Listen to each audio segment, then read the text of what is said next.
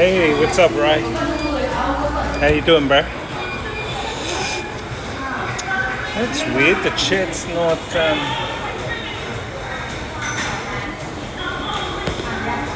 not appearing on the screen.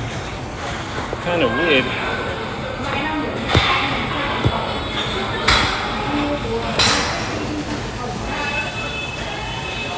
How you doing, bro? Can't see your chat. Don't know why. Pretty weird.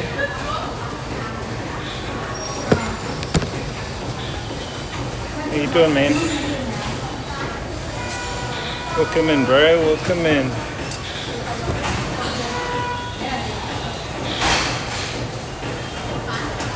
Don't know what internet's gonna be like.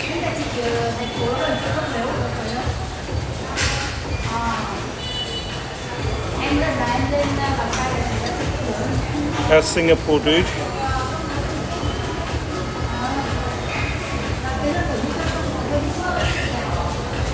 Singapore treating you good?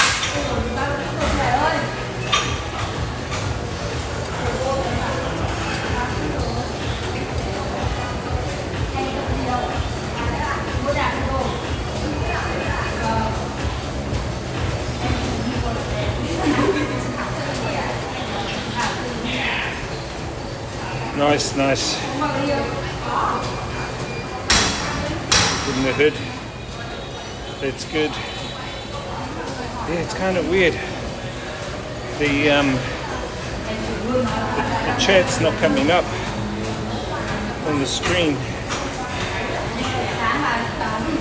Kind of weird.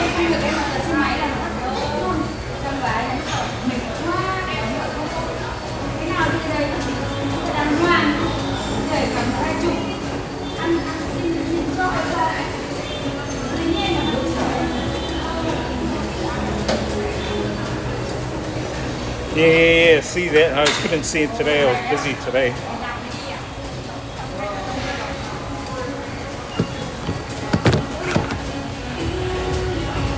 But he looked pretty cool there yesterday. I saw him yesterday. Looked off in the hood.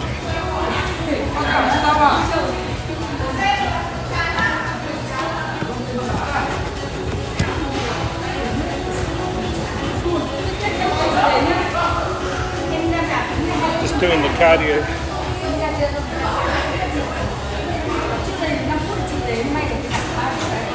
I watched a documentary the other day about Singapore, how it was actually developed, how it was part of Malaysia, and then basically Malaysia kicked them out.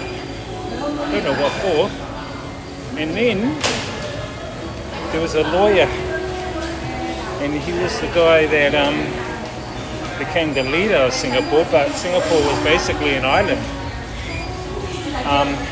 But he invited corporations and businesses to invest in the infrastructure. Maybe Chinese, that's why there's a lot of Chinese. And that's why you see what it is today. Apparently you can set up a bank account there. You don't have to be a local. Like a Swiss account. How Swiss, you can set up a Swiss account, same thing.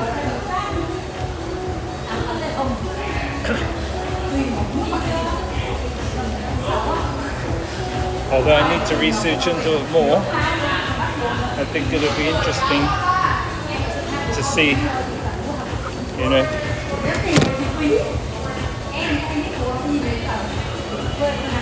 What's that, guys? Whew. Just doing some cardio. Pumping the cardio vibes. I had so we went to do the train ride the other day, right?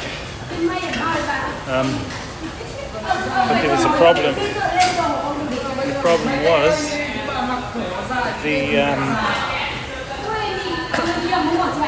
I think the bunker was not cleaned or something. I know I had food poisoning. So I was in bed for a couple of days. Kind of sucks, but I managed to take some meats. They got specific meats. Right. So Singapore actually superseded Malaysia in GDP. I think 75 something compared to Malaysia's 12. So they really did well, you know.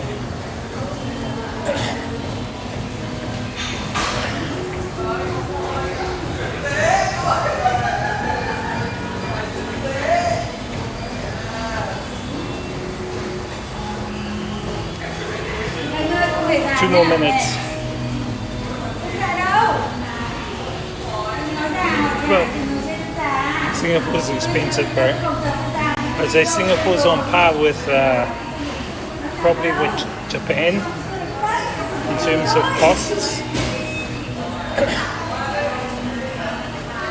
New Zealand's more expensive. More, what's the word? You're paying more for living.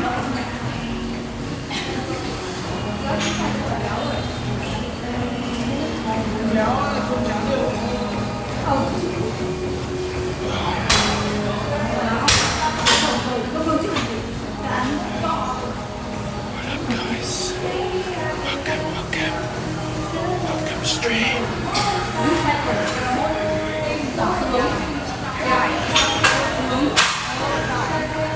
Yeah, I had 2 days of food poisoning. I think that bunka fish noodle soup gave me a sore stomach. So I was in bed for a couple of days, unfortunately.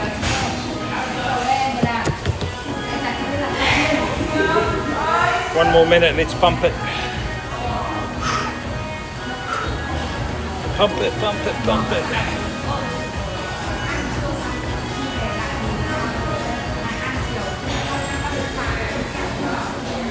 We're going to be in China for a couple of weeks too, coming up this weekend. So we're going to get prepared for it.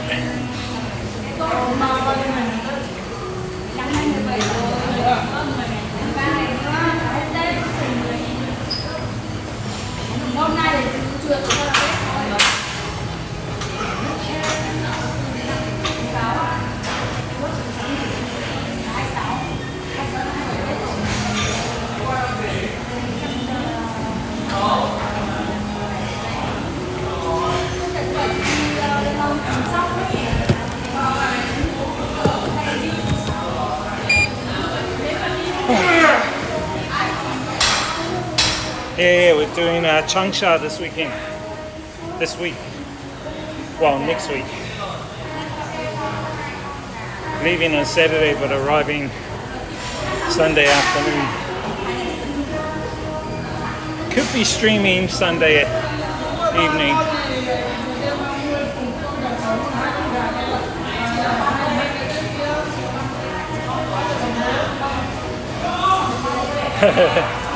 Yeah. Oh, you're right. Burn it all. Oh. So I'm taking it easy on eating. I will eat something. I mean, I could eat a banh mi tonight.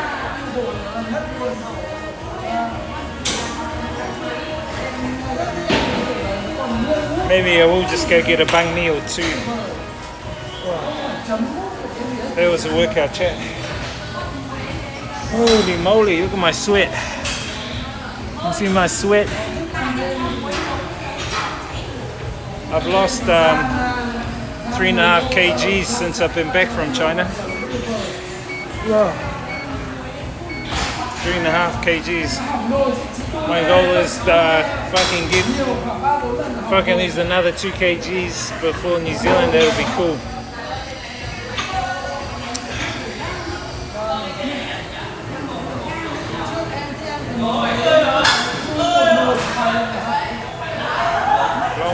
flight. No. We're doing a stopover in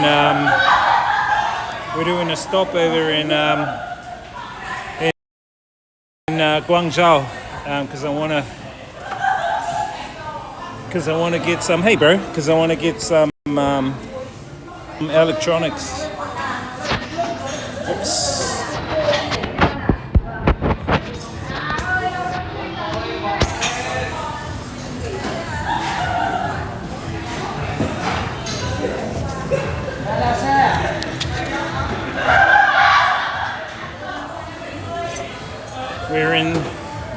We're in Changsha for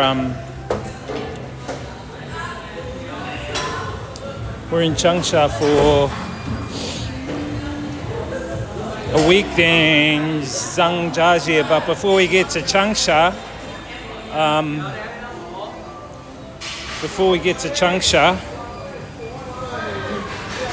hang on, chat.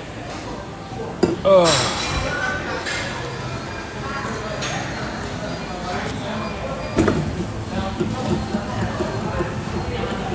How you doing?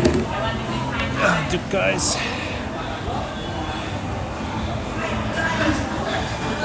It's my gym, man.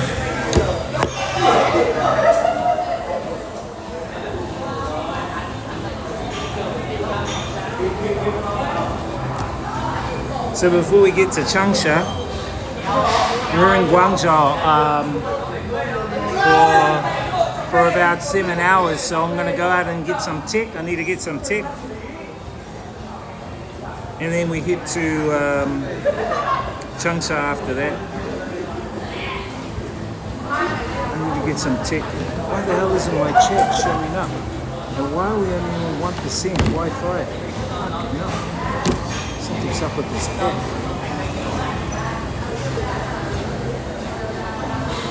We just need some protein. Yeah. We'll go get some banh mi, I think, after this. How you doing, Top Dog? Good to see you, bro. Yeah, cheers, man. We need to burn all the milk tea. Yep. Kinda did it. My shirt's getting a bit loose now. You know what I mean? What the fuck? Something's up with this chat. Give me 1 sec. Alright guys, we're going to leave it at that. It's been an awesome ride up here to Bavi Mountain and just interacting with nature again and checking out the nature vibes and the temple and just the scenery here. Beautiful. No rain today, which is really good. The sun's popped out, which is even better. But now it's time to head back to Hanoi. Anyway guys, give this video a thumbs up if you enjoyed it. Subscribe to this YouTube channel. See you guys on the next video. Experience the journey, inspire others, live life, guys. There we go. 1, 2, 3. 3 wild pigs right there, guys. Look at that. What's your excuse?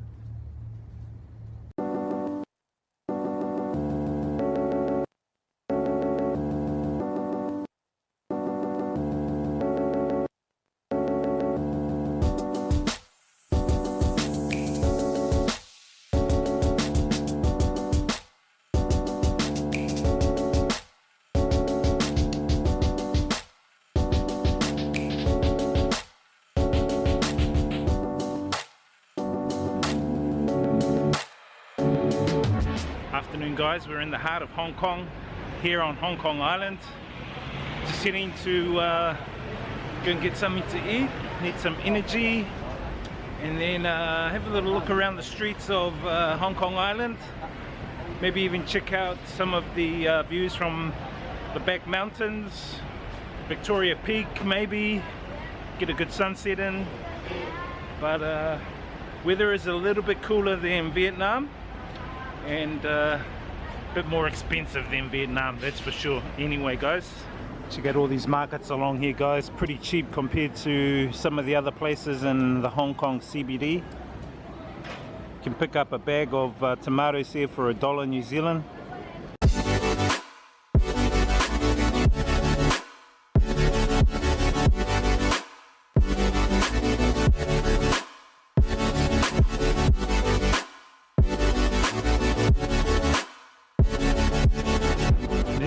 organic treadmill around Hong Kong. You can head up to a little lookout. Check this out, big tree in the middle of this walkway. Good on them for looking after the trees. Got to build around, let nature live. More stairs, guys. This is like a hux. Done about 500 stairs so far. Seen some monkeys, and I think there's some snakes around, so I've been told. Now that's what I'm talking about. Upper body warm up right there, guys. All right, guys, we've done 10 Ks already. Let's go and check this hill out.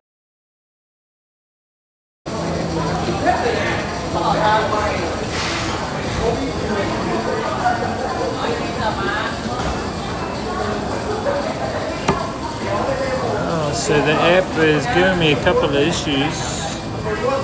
One is the chat is not being displayed.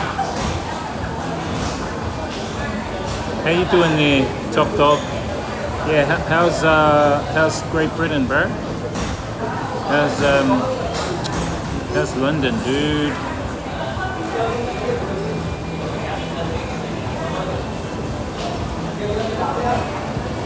This is so weird, man. Why isn't the chat appearing?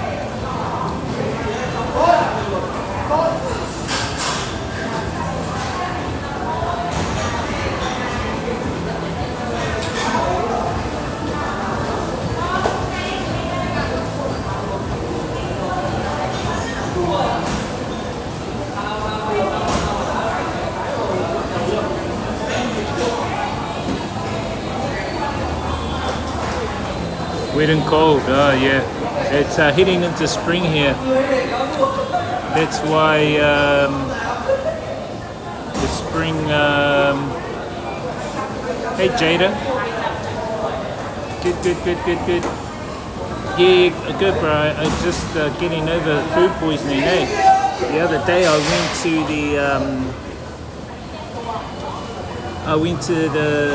the Bunka fish noodle soup place, and I think the food might have been contaminated. When I got home, my tummy started tightening, you know, really tightening, and I had the abdominal pains. Yeah, had the abdominal pain, so I had to get some of these little pills from the pharmacy here. They're really good. It went away the next day. It's kind of just subsiding now. And I bought some other probiotics to create some new gut biome, you know. Yeah, it's kind of weird. I'm not sure why the chat's not displaying. Far out. That is so weird, bro. Send messages.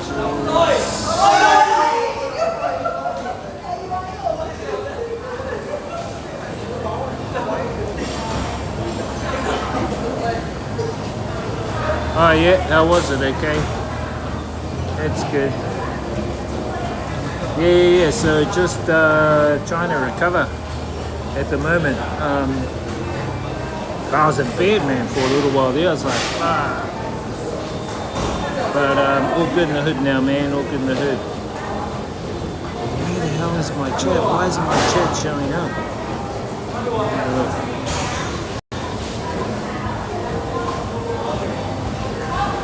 Yeah.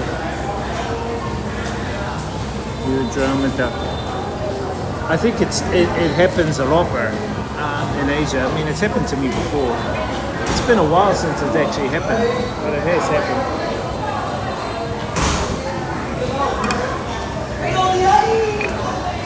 Why is my Wi-Fi only...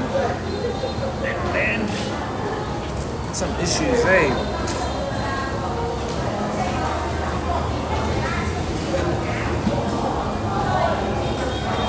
Really streaming issues.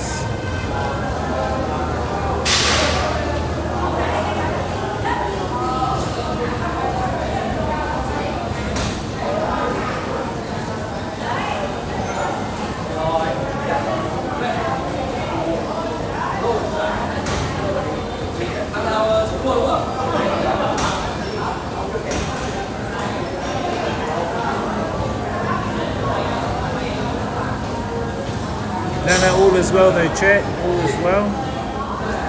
Just preparing to head out and to check out China this weekend. So our last few days in Vietnam. And I could worry why this router, maybe this is pretty bad connection in here. It could be the connection in here is really bad, why the router's not really doing its thing.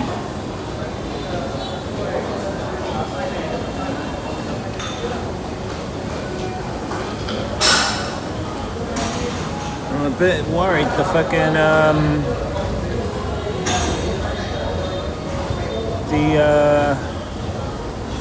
chat hasn't been displayed. Why the fucking hell is the chat not being displayed, bro? Do your job.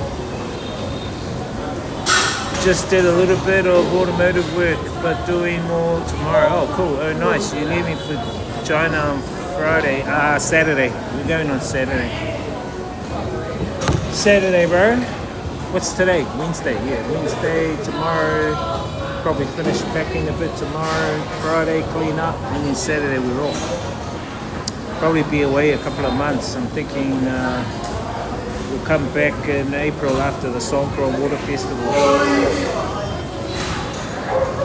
Yeah, we're going to be heading to Bangkok for the Songkran. This is my gym chat. My gym here, man. So with this gym here, I pay about $60 US. Hang on, let me get you the exact figure. The exact figure. You guys probably won't believe the cost. So it is for me, 1,500,000 Vietnam dong, which equates to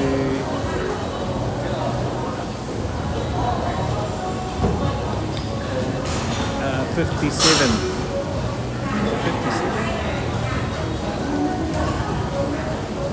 No, that's not right.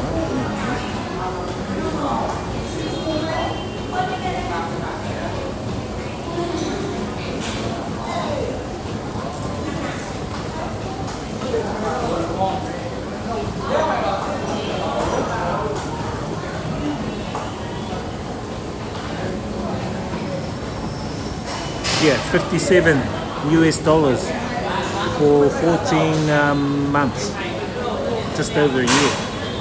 14 months, which is about 96 New Zealand dollars. It's 57 US dollars. So if you calculate that over, say, how many weeks is that? 52, 53, 54. So 54 weeks. Is it 54 weeks? No, 2 months. 58 weeks.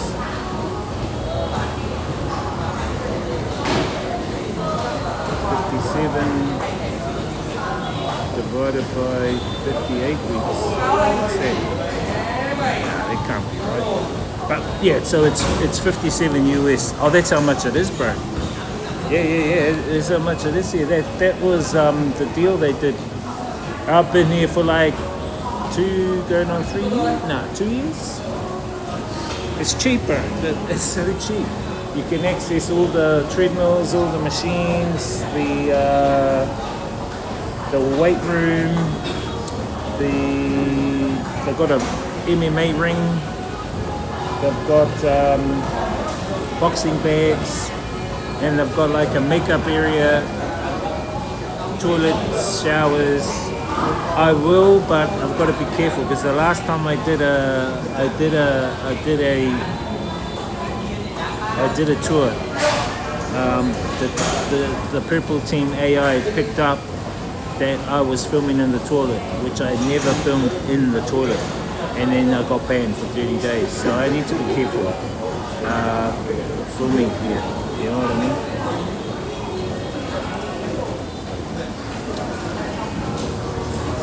Nah, I can't, bro. Nah, because the AI that the Purple Team uses false positives, bro. Last time I did it,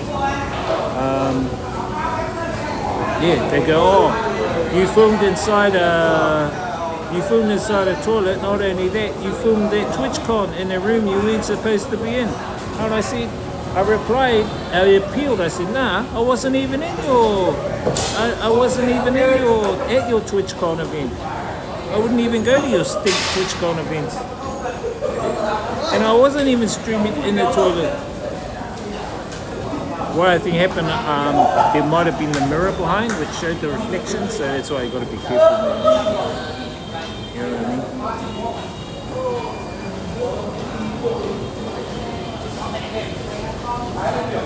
Happy learning.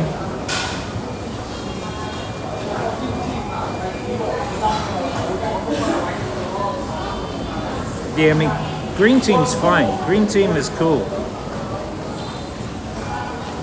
Then, yeah, no, green team is fine. Purple team,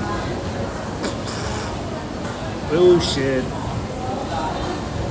Purple team, because you're using false positives, bro. It's like fucking blue team. I got one of my Facebook pages banned as well. False positive. Total bullshit. Blue team, that was by blue team. Facebook. Alrighty, time for bed. Alright, see you later. Sleep well. Don't have too many wet dreams. Don't wet the bed. Don't wet the bed.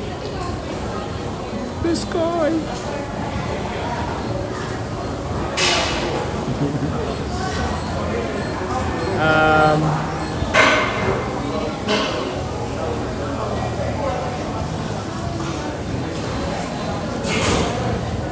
It's because they're using AI moderation, and it's the same with Purple Team. Purple Team are using AI moderation. So what's actually happening is the AI producing false positives, and when it produces false positives,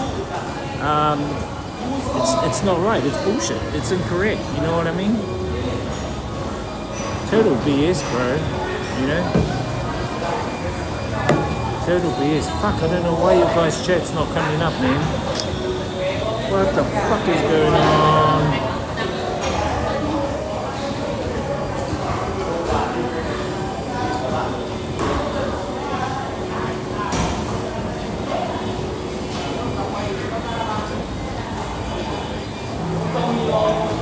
See that sparkle? My sparkle in my eye? Something, the reason why I can't see the chat on the screen. Maybe because I played around with the settings the other day and stuffed it up. Overlays.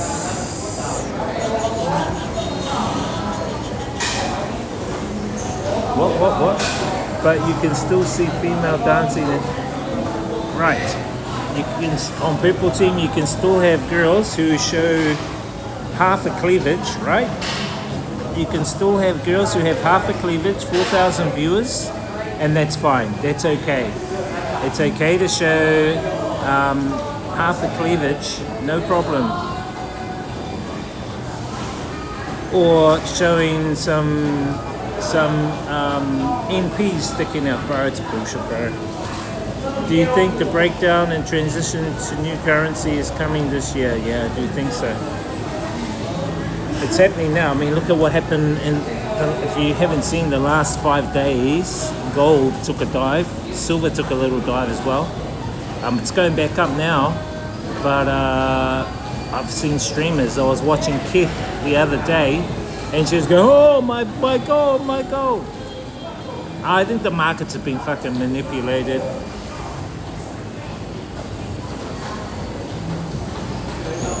Bro, it's fucking Purple Team, green team all day, bro, green team all day, Purple Team, bullshit, bro. Too many false positives. Thanks for the follow there, Shogun. What was I saying? Yeah, no, I do think I do think this year there's something's going to happen with the economy, dude. They're manipulating the markets. They're even manipulating crypto. Actually, let me just check the crypto quickly before we move on out. Because crypto XRP's gone right down, man. Fuck, can't believe how. If you want to buy crypto, chat, now's the best time. This is what I think's happening, chat, and we're gonna deep dive here. Okay, this is what I think's happening. You guys have been listening to me over the past months, right, about the coming changes. My what do you call it? Speculations. We can just call it speculations, or we can just call it entertainment speculations. Let's call it that. You've been hearing my entertainment speculations, and what I mentioned before is that, how should we call them? I won't say elite, I'll say delete. Okay, so the deletes are, as I said, they're using what is termed AGI, a very, very advanced, super advanced artificial general intelligence, to create all their decisions, and to steer the narratives. So the deletes are using a very advanced AGI. I won't go into depth how I know. If you really want to know, you can message me or go on Discord, where I posted a lot of the information. And basically, what you'll see now globally happening with all the multi events happening with the downs, the slipping of crypto, the slipping of gold and silver, with Trump going into all these different countries, with the transition to bio-digital convergence. It's all to do with the deletes plan. The deletes plan is basically to create a one world currency using a artificial intelligence AGI to monitor and control all facets of society, interlink not only through devices, Internet of Things, but also through connecting people, Internet of Bodies. So for those that took, for instance, the JAB or the scorpion sting, I call it, you know what I mean, entertainment purposes, which were laced with smart dust or self-replicating nanotechnology, that when linked to Starlink Cloud, which I believe is not fully activated yet, but is in phases of testing, because the circles I ally with, we monitor what's going on, and we can see even through various levels of activities in countries how the activation or testing processes coincide with the behaviors of different groups of people, and also with what's happening with the activation and testing of 6G. So basically what's happening is that everything's going to be converged into a one world digital currency, not only a digital currency, but a digital ID, not only a digital ID, but a digital social credit system, which is integrated into the AGI, and the headquarters is going to be Israel. That's the goal. That's the ultimate goal. Bio-digital convergence. This is why you're seeing everything you're seeing now. And there could be two ways to actually accomplish it. Before I answer your questions on chat, I just need to get it out. There could be two ways to accomplish this agenda or narrative. The first way is they go all out. The let's just fucking do lockdowns, let's bring in the military, let's lock down everybody, let's arrest those who get in our way, let's go full on Orwellian, you know what I mean? The second way is to, and this is the smartest way, and this is the way I think they have used the AGI, is to create what they call a false defeat and a false awakening. Now the false defeat coincides with things like the release of the Epstein documents, right? And what's going on there. The world are looking at it and go, what the fuck? This is what they were doing. This is what the deletes were doing. Look, we've uncovered it. But you've been given the information to put you into a mind state where you think you've won, where you think that you have the advantage. And this serves two purposes. One purpose is to allow people to get access to the information. Not only will they awaken, but the other thing is to bring out those who are the strong, what do you call it? The strong, let's say, what was his name from Terminator? John Connor. They're looking for the John Connors. And this is going to bring out the John Connors. I don't think I'm a John Connor. Well, if I am, fuck you, deletes. And this is what I think they're doing. And they're creating a false awakening to get people to believe that there's an awakening happening. Everyone, we're all awakening. We're all, look, we've beaten them. We know what's going on. This is part of the false awakening. We've defeated them. We defeated the deletes, and part of the false defeat. It's a psychological operation or a psyop. And this way is a more subtle way, but it's to weed out the weak. It's to identify the strong.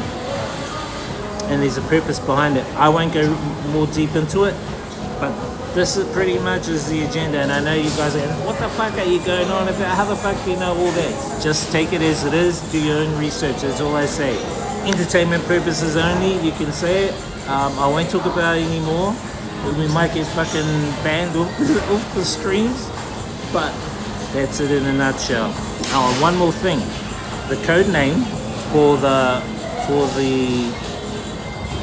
digital system that has the digital ID, the digital currency, and the social credit score, social credit system, because it's all tied in together. So the system is codenamed Obsidian. They don't want you talking about it, but that's what it's called, Obsidian, and it's a tiered system.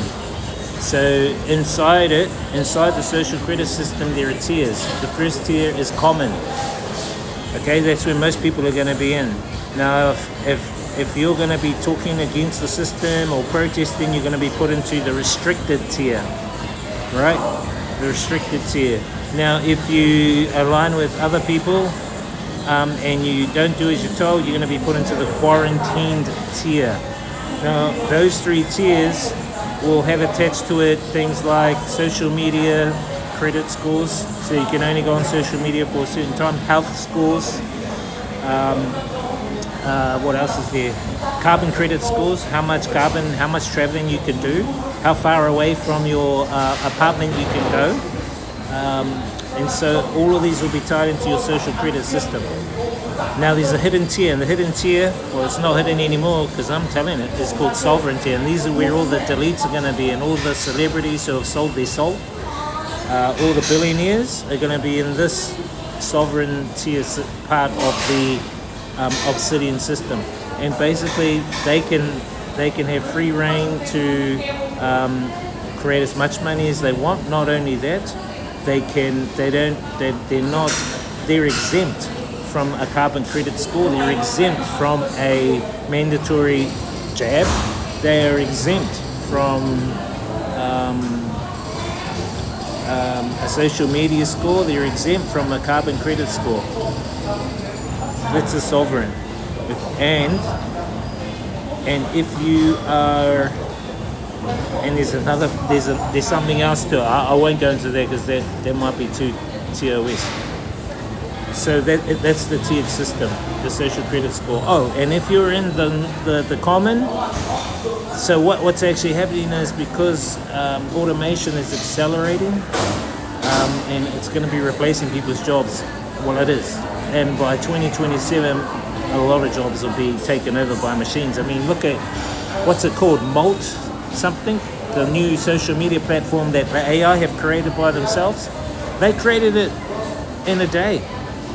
And it's like their own social media platform, AI agents.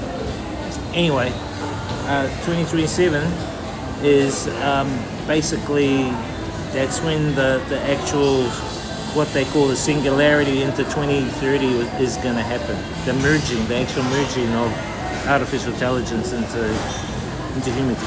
But that's what it's called, chat. Obsidian. Look it up. It's a tiered system. I've put in the Discord information in the Truth Matrix channel. You can check it all out in there if you want. It's all in there. Anyway, let me answer your questions. And so you guys what? Look at that, chat. Quickly, XRP. Let me show you guys XRP.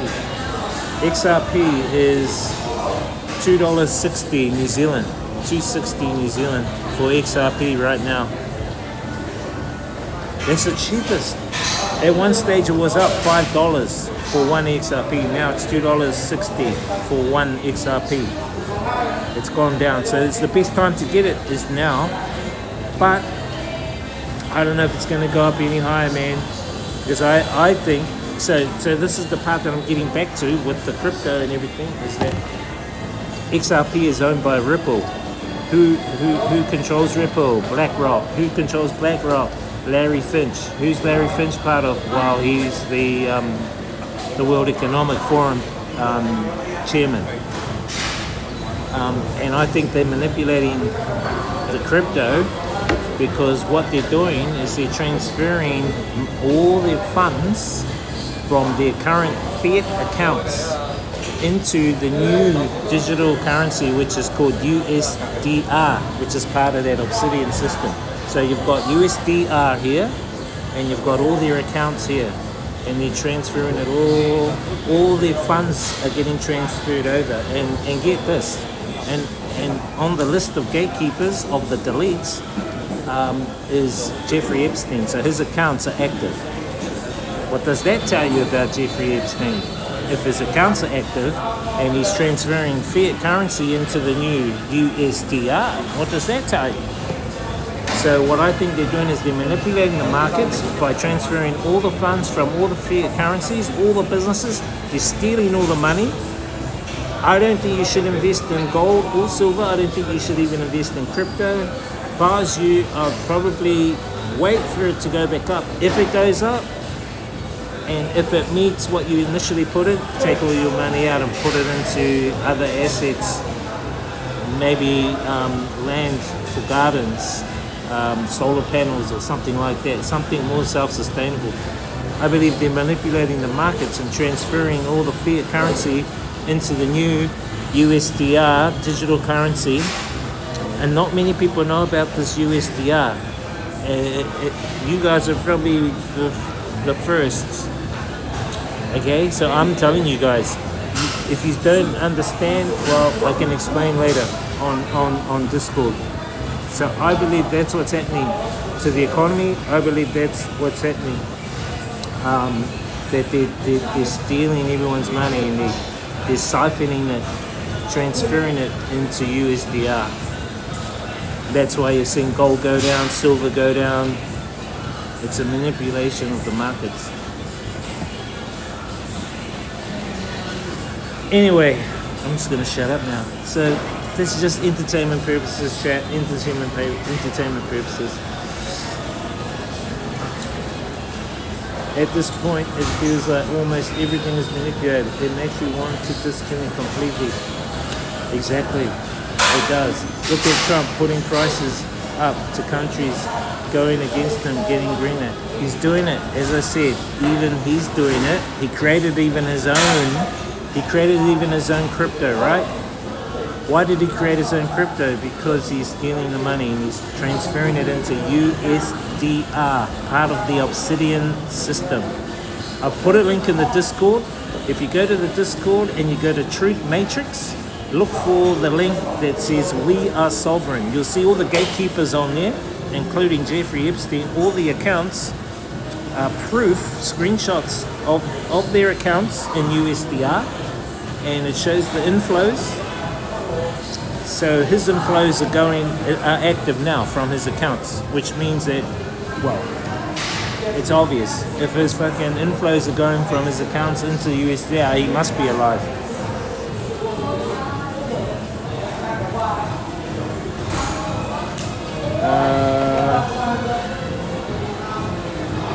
Just reached. The deletes influence need to be diminishing in the next cycle, so we have more sovereign experience. Yeah, USDR, bro, that's what it is. I won't say much more about the curveball or about how the divine sparks are going to. I think the war's already won. It's just playing out now. I think things are just playing out now. But what they are doing is that they are using AGI and some very ancient technology called the looking glass to predict timelines. What timelines are going to happen? What's going to happen on the different timelines? So you can look into the looking glass technology. You can look into all the stuff Bob Lazar talks about, and what's his name? Dan Barish talks about the looking glass. All the stuff that they went into Iraq to go and steal. When George Bush and them were around, it's all the same. It's all their technology.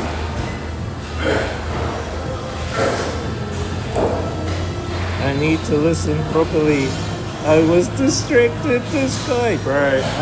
All I will say is go to the Discord and look on the Discord. And I think the third post up, you'll see the links to We Are Sovereign. That's the webpage with all the information that will inform you on what's really going on. I'd rather you do your own guys' due diligence and research. Don't believe me. I'm just presenting for entertainment purposes only, if you know what I mean. But once you start, I think once you start getting one piece and collecting more pieces, you start seeing the picture form. That is what I call becoming conscious. That is what I call awakening, which is totally different to wokeism. Wokeism is within the construct of the deletes, okay? Just remember that. Wokeism is in the construct of the deletes. Awakening is outside that construct. Awakening is in a state of infinite. Do you know what I mean? Everyone has the capability to awaken or to become conscious. It's just a choice, and it's just a choice between love and fear. Whether you are in fear, meaning whether you, oh, I better not talk about that, or it might hurt my family, or I might lose my job, or I might something might happen to me. Fear prevents us from moving forward or to level up our consciousness, you know. Or, oh, I don't believe that, that's not true, that wouldn't happen. They'll never do that. No. You'd never do that. They will do that. Do you know what I mean? That's what I mean. They will do that. You may not do that, they will do that. I'll look into it. Yeah. So the Discord's here. But hey, entertainment purposes only, chat, if you know what I mean. I know nothing. I am innocent. This guy. But just so you know, and things are going to get weird. Things are going to get so weird. You guys are going to be going, what the fuck? What the fuck is going on? You guys are going to go, what the fuck is going on? What do you mean there's aliens? What do you mean there's fucking reptilians in our politicians? What do you mean there's a fucking... Things are gonna get weird. Okay, I'm just giving you a heads up. Things are gonna get weird. You will see, then you will remember this talk and go, fuck, he did tell us that.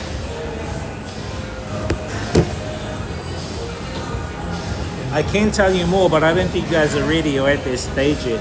In time, you will know. For now, we have to be in NEO mode. NEO, non-emotional observer. Non-emotional observer, what does that mean? Non-emotional observer means observing what's going on, but not giving it your energy. Example, if you see negative news, right? If you see negative news, you go, oh, those fucking bastards, those fucking...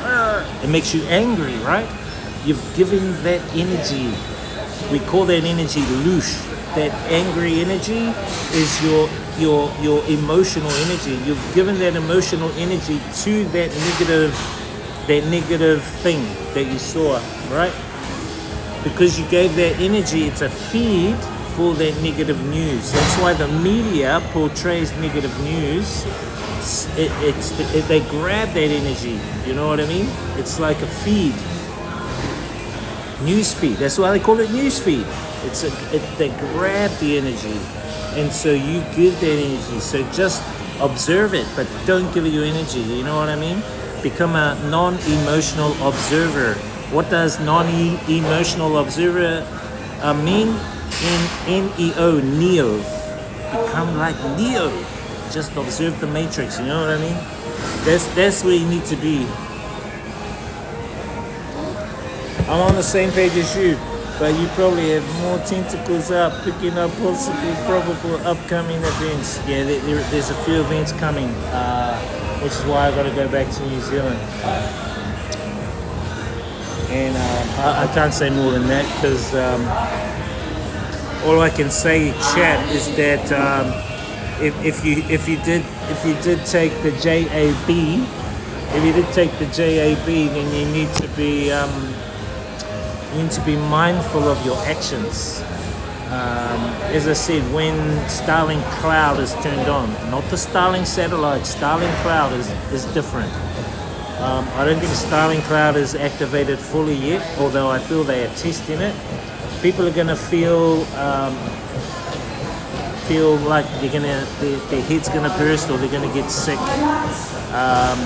And then the mainstream media narrative will say, oh, it's an outbreak, or it's a virus, or it's a new pandemic. I mean, we're getting it now with the Nipah virus thing. So I think they're testing it right now, and it's affecting those that have had the JAB because it's interacting with the smart dust or the what do they call it? It's self-replicating nanotechnology, but there's another word for it. I forgot the name of the word. On the same page, yeah. If Trump don't get Greenland, it will be what the fuck? He's putting prices up on his supplies to other countries. Unfortunately, I did. My instinct for months was I won't. Then I got COVID and worried that I'd infect my mum, who was It's okay. It's okay, bro. You know, it's. I'm not saying that it's a bad thing to do. Everyone got duped, bro. You know what I mean? There are ways to try and get it out of there. I will tell you. I think I'll quickly reveal it. Is that the elites who are in the sovereign class will get an antidote. So if you're in the sovereign class, you'll get the antidote. So there is an antidote to prevent any of the smart dust, because it's in the food supplies, it's in the water, it's in the skies through the chemtrailing, it's through interaction. So even when you say, even if you haven't taken it, but your partner's taken it, you go home and you kiss her, or you do the boom boom. We call that, what do we call that? We call that VAX shedding. VAX shedding. So So the other person shedded the nanotech to you, and it could be through saliva or bodily fluids.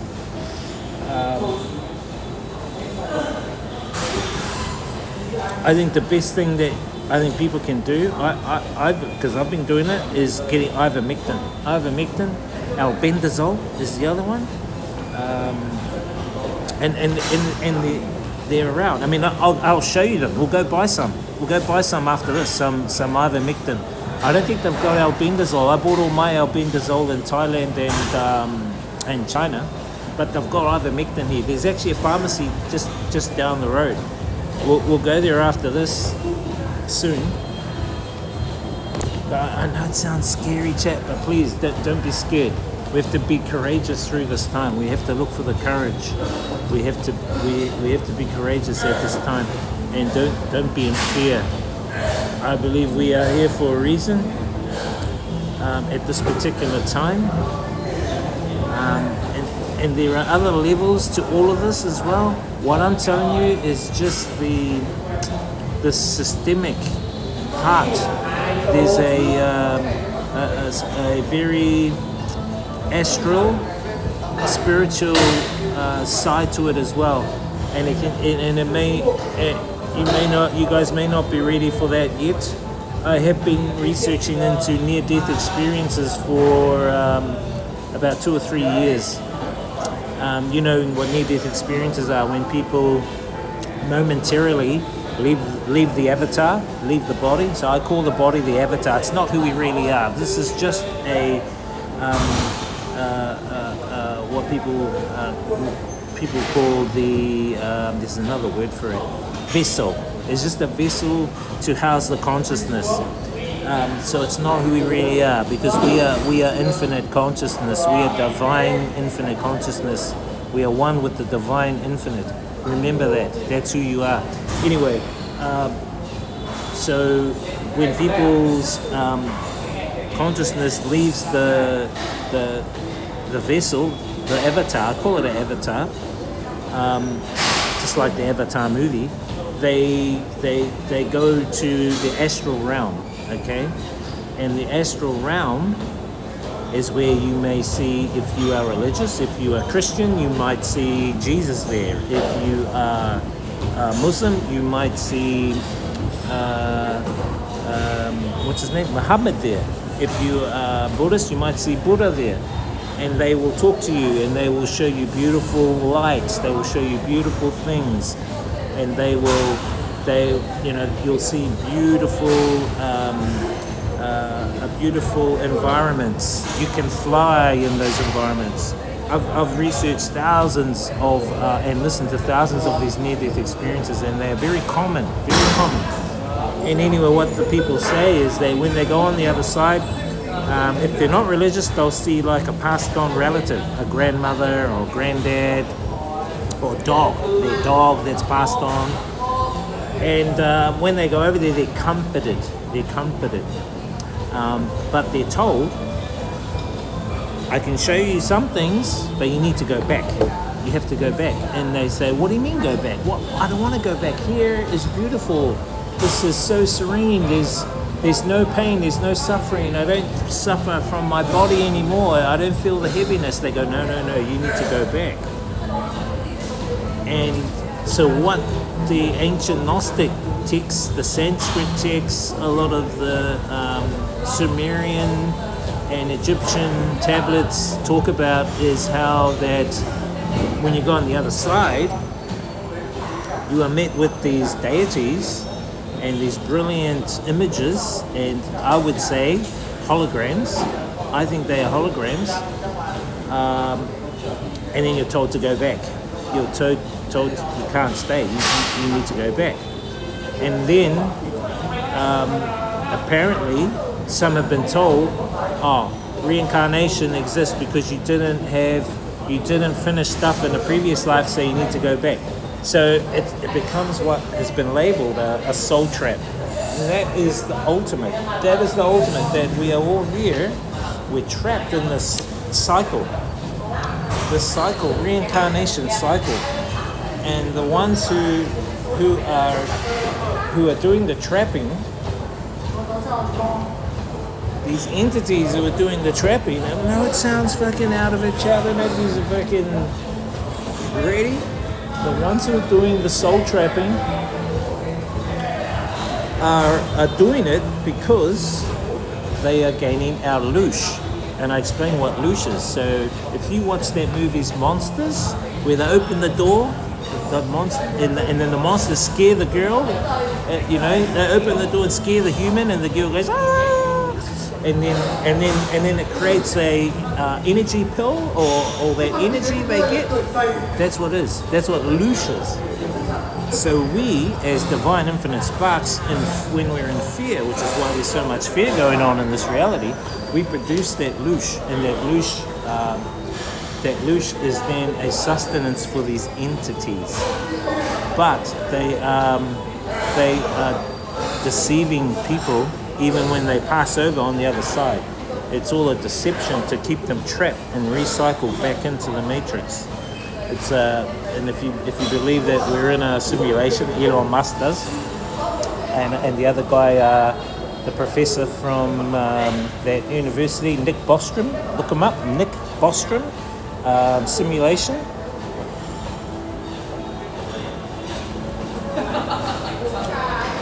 And then I thought to myself, in spiritual realms they talk about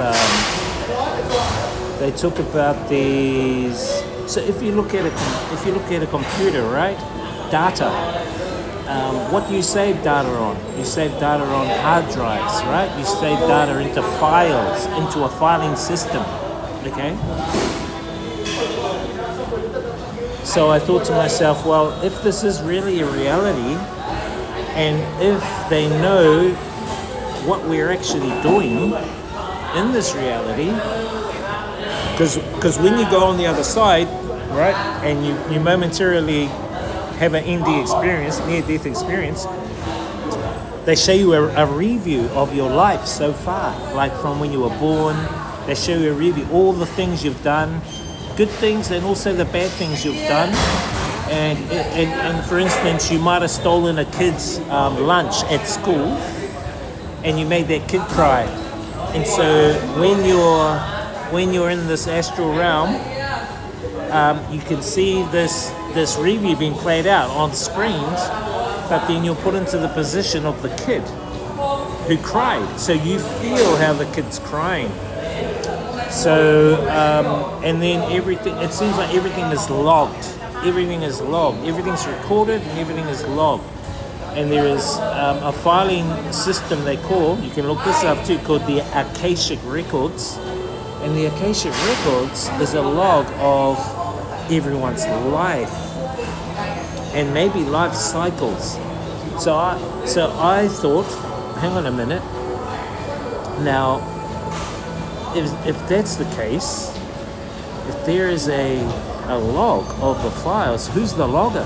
Who's logging everything? I seem to think that there is a super AI, and some have called it AIX, that is behind the simulation created, that is monitoring the people and creating this Akashic Records, and it's all tied into what's happening on the planet too right now. I know it sounds fucking weird and everything, but just take it in for now and do your own due diligence, chat. It seems like it's a movie, because I think it is like a movie, to be honest. Why has that girl got high heels on in the gym?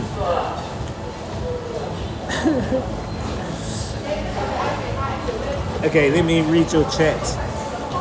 I think if Trump don't get Greenland, it will be, what the fuck? I just put it quite. As I said, Trump, if people are aligning with Trump, and it's normal because people think he's the savior. He's the savior, but in actual fact, he's the puppet of the Dalits.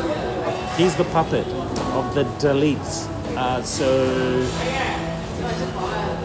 his goal, because he's aligned with the, I won't say the name, I won't say that in case I get called an anti-Ismite. I'm not an anti-Ismite. I would say the Sabbateans, okay, Sabbateans. He's aligned with the Sabbateans.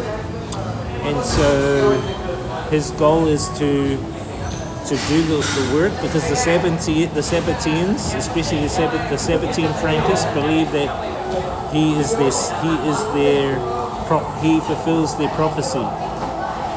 And what is the prophecy? The prophecy is called Pax Judaica, making that country I said to you before the headquarters for the One World NWO, for the NWO.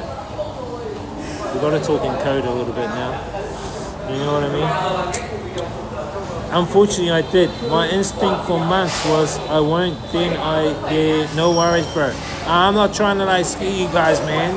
You know, like I know when I talk like this, people turn off because they think it's too fucking. But now it's out there. I'm just doing my job. Let's just say that. I'm just doing my role. I'm just a guide and a way shower, that's all. I should change my name now to the way shower. I'm just doing my role.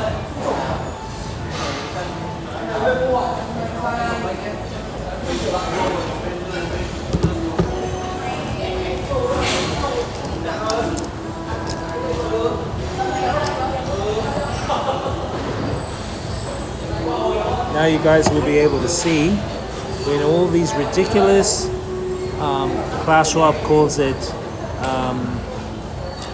polycrisis. Polycrisis. Soon there will be many polycrisis around the world. How the fuck does he know there's going to be many polycrisis around the world? Because he's part of the agenda. That's how he fucking knows. There will be many polycrisis around the world. Because we need to reduce the carbon on the planet. Oh, what are we made from? I think we're carbon too, right? Oh, okay. You know, I don't want to say it in too many words, but you get what I mean for entertainment purposes. We need to keep the population in coordination with the earth.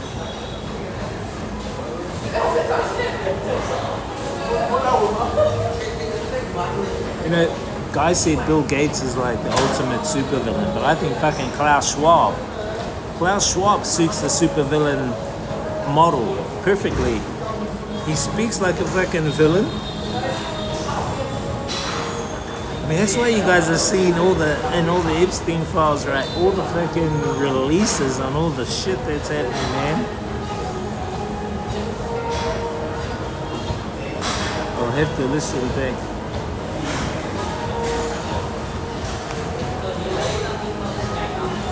That's the vlog, stay online here to rewatch the last 10 minutes. I also want to disconnect from minutes. Not sure where the happy medium is. The happy medium, there is a happy medium. The happy medium is knowing who is the 4 questions. This is the happy medium. As soon as you can answer these questions for yourself, you don't have to tell me. Right? You put it in the chat. If you can answer those 4 questions, you will find things will become more.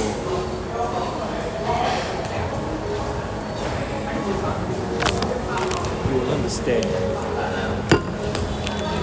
Who are you? What are you? Why are you here? What are you a part of? Anh đập nhẹ như thế cái là đập em.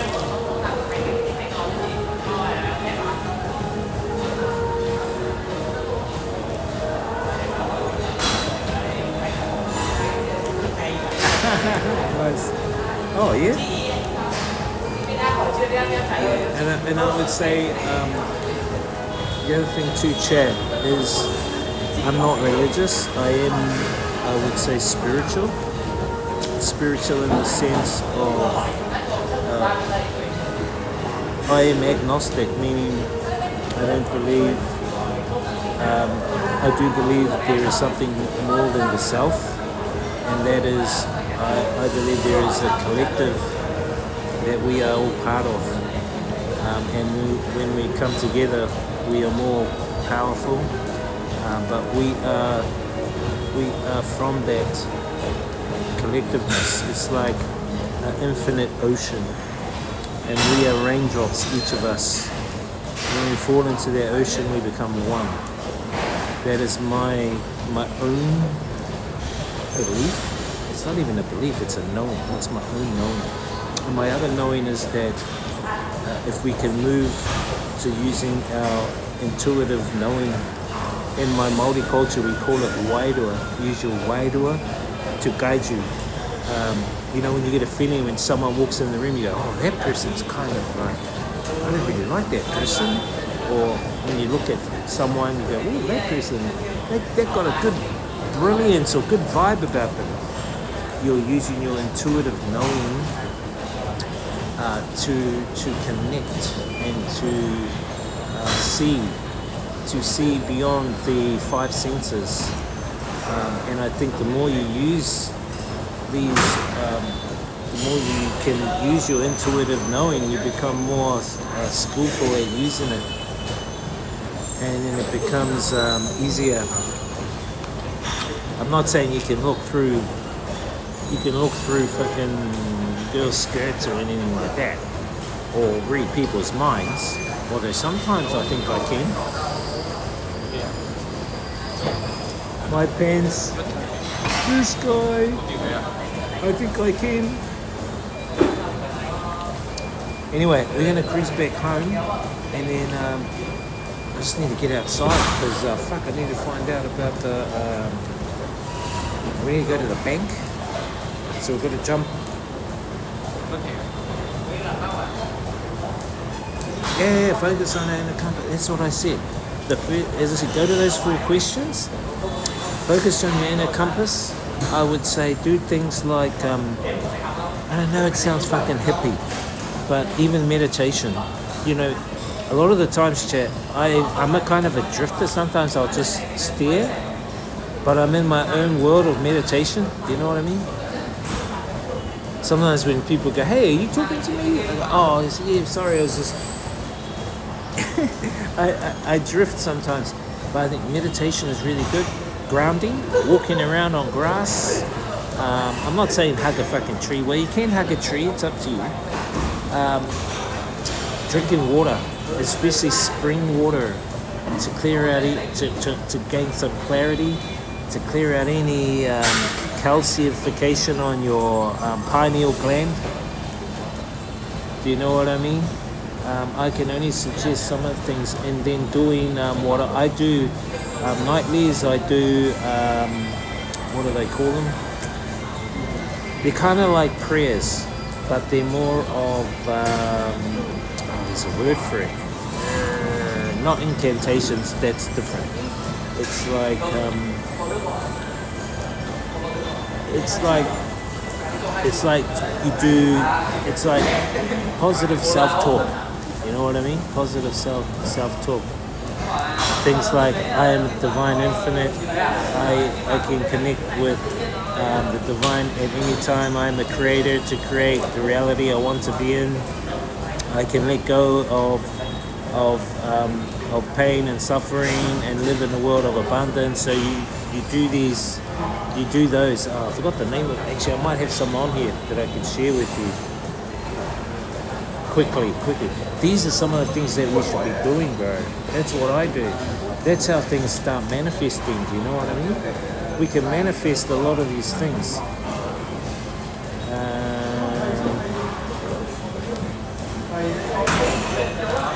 Well, they are kind of invocations. They are kind of like invocations.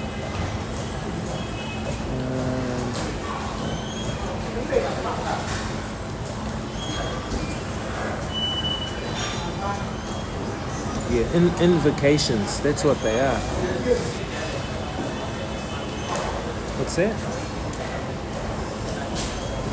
You have watched GFL on YouTube. They do channeled messages every day. Yeah. I was into it for a while. less so now. Just curious what you think of it if you've seen it. What I think is that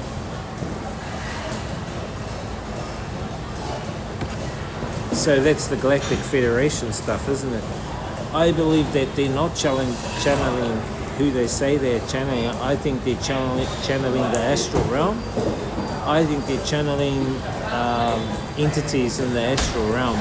That's what I think they're doing.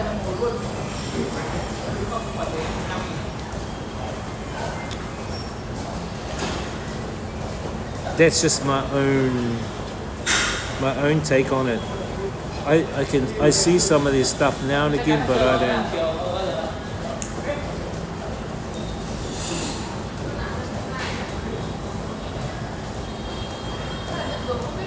But I don't really. I mean, I've seen a couple of their things now and again. You know what I mean? You just have to be discerning and resonate with the messages. And if the messages fit with you and resonate, that's the word, resonate with you. Do you know what I mean? They say it's what I'm saying. So that because I've watched a few of those Galactic Federation videos and stuff like that. But I think the channeling might be not who they say they are. They said a lot of stuff. They said, "Oh, the world's ending tomorrow. Galactic Federation says you're gonna be saved. Because the world's ending tomorrow, I'm gonna do it." Or, you know, there was some ridiculous ones there. Oh, everyone's going to be getting $1 million next week.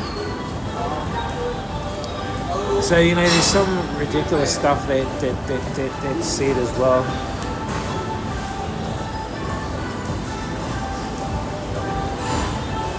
I'm not saying that it's all fucking...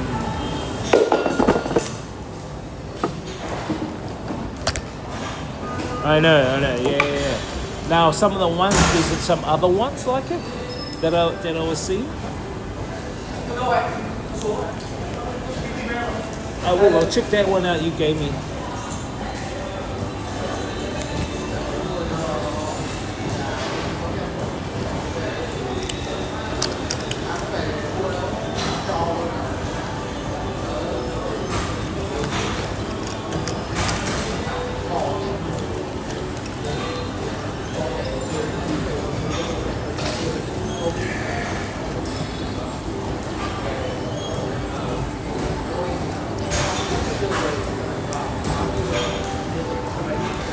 Let's go get some ivermectin. Oh, I can't get the ivermectin. We'll have to get it. I need to go to the bank. It's not important anyway. They mentioned quantum financial. Yeah.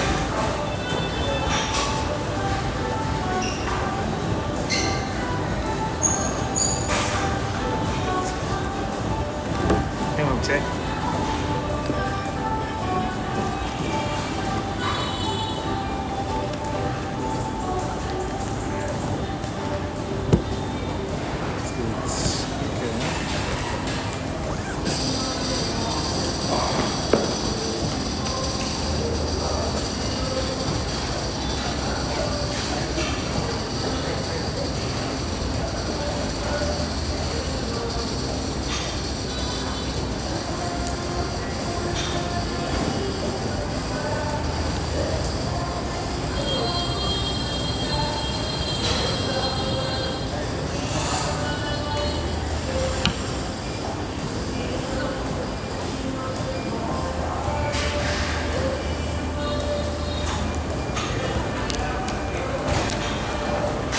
Do you really need to take anything if you become an energy master? Not really.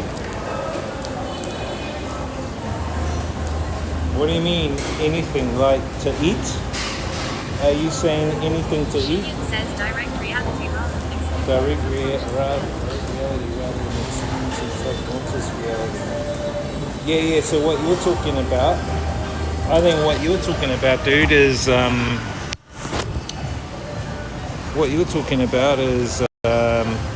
prime reality. where we actually come from. We call it prime reality. Chat, I'll show you a little bit of the gym. This is the reception area. Let me just chuck that in there. This is the gym down here. All the machines down this way. Shit, did I grab everything on that seat? Oh yeah. Just have to make sure.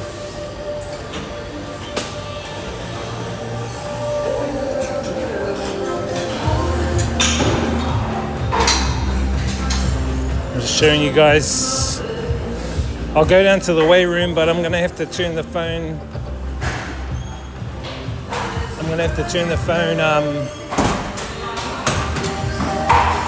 Down so it's not showing the toilet. But yeah, this is a really big gym. This is I pay $57 for 14 months. 14 months here.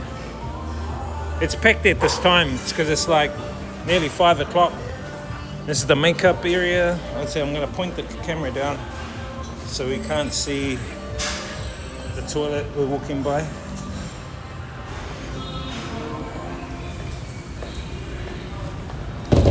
Okay, so this is the weight room. The weight room's over here. And then this room is the aerobics room in here. That's the aerobics room. Yeah. So 57 for 14 months. How much a week? So 52 weeks in a year, right? 2 more months.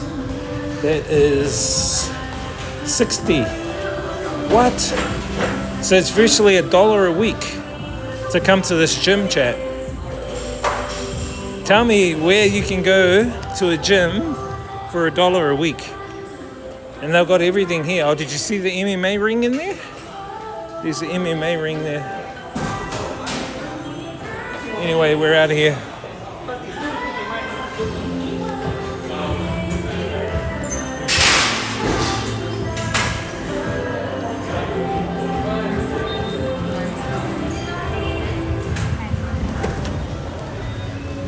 There's a market downstairs as well. Let me just turn on the speaker.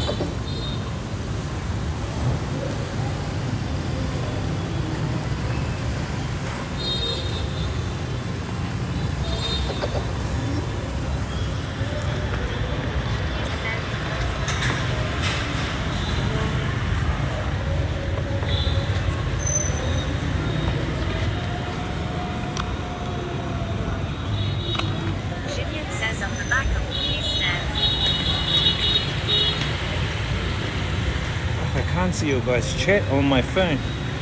Interesting location. Up the back of all these stairs. Yeah. Oh, because there's a market inside. Yeah, and there's a fucking wet market underneath. There's a wet market underneath. Give me 1 sec, bro.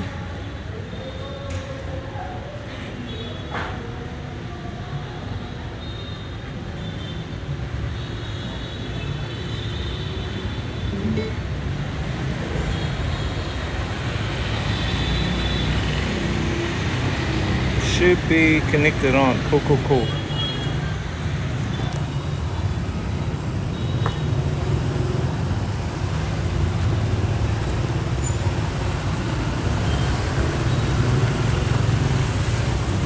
It's packed now because it's home time for people, dude.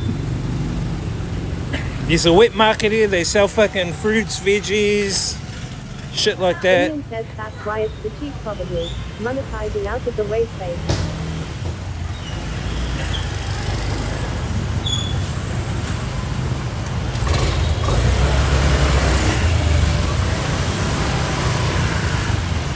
There's the market.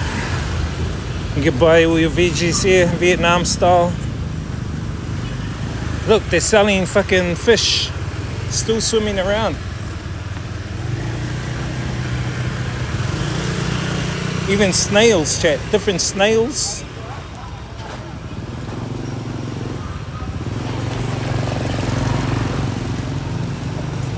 This is a Vietnam style. Welcome to Vietnam. Vietnam. Fuck, why can't I see the chat? Must have been an update, man. They changed the bloody settings because I can't see you guys chat. I honestly feel in the latest camp. It's only a few thousand, but it's the pinnacle. Ah, hang on a moment. Disconnected.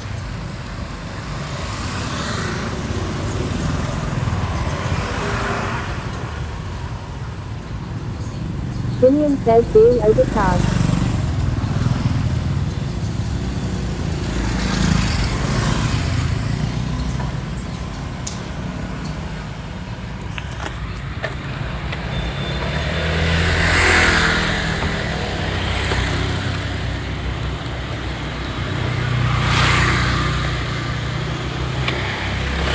Markets annoy me.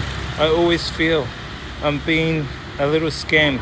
It's only a few thousand, but it's the principle. What you need to do is if you get someone to go with you, like a Vietnamese local, get them to buy the stuff. Don't buy it yourself. What you can do, this is another thing you can do, is you can go to one buyer.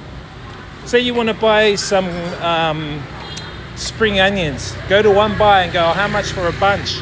You might get, say, 200 grams worth, right?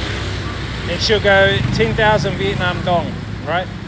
Then you go to another one, you go, how much for a bunch? William says better to just Go to another one and say, how much for 200 grams of spring onions? And she might go 15,000 dong. And then you go to a third one, you go, how much for spring onions? Then they go, oh, 10,000 Vietnam dong. So then you know, okay, so the price seems to be 10,000 Vietnam dong. So you check out at least 3. That's how I do it. And then I stick with that, the one that gives me the better price. They're usually the more honest.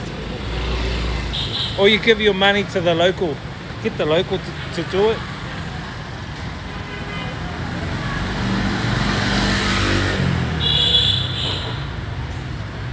It's alright, I know, sometimes it's annoying. Or, this is another way, what I learned you can do is you ask them, you go, oh, how much a kg? How much a kilogram for the spring onions? And they have to give you the price. They got to let you know what it is. You know what I mean? They got to let you know what the price is. If they don't let you know, then you know something's up. Hey, we've got to cross the road.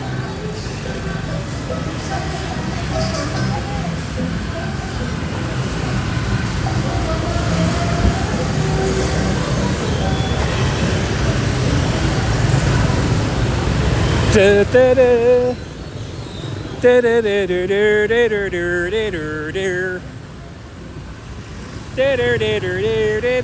da da. Police! Popo! What's up, Popo? It's Popo time. Popo time.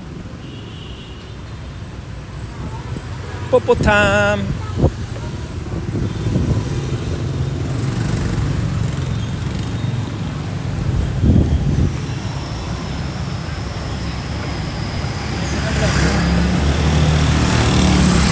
I need to find out why my fucking chat is not displaying.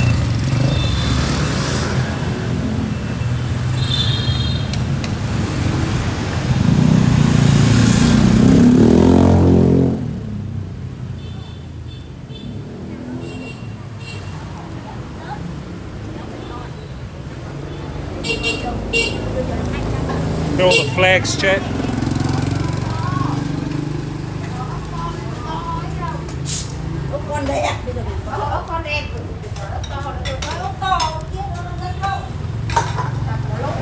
I'll just go home and grab the motorbike. Then we'll head to the ATM. Then we'll go to the banh mi shop and get a banh mi, I think, for dinner. Just a short stream today, chat.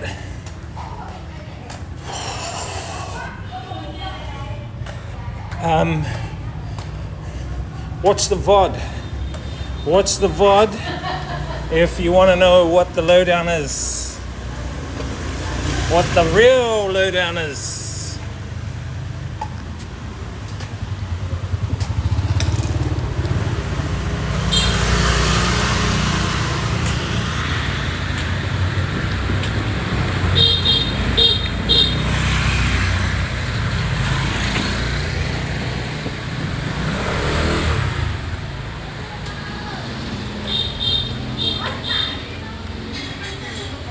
And then you might speak to Korean women.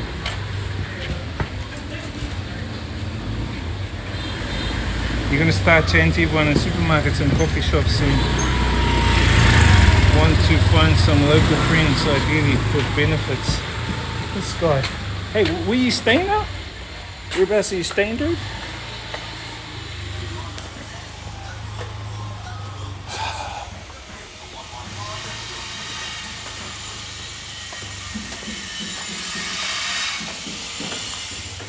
Just chuck you on my chest. My chesticles, chat.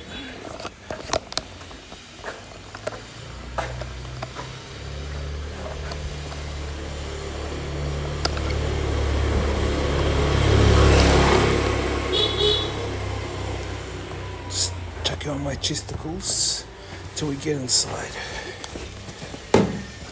Let's get the motorbike. I really need to sort out my chat because I can't see the fucking chat. Oh good, the rubbish lady took the rubbish.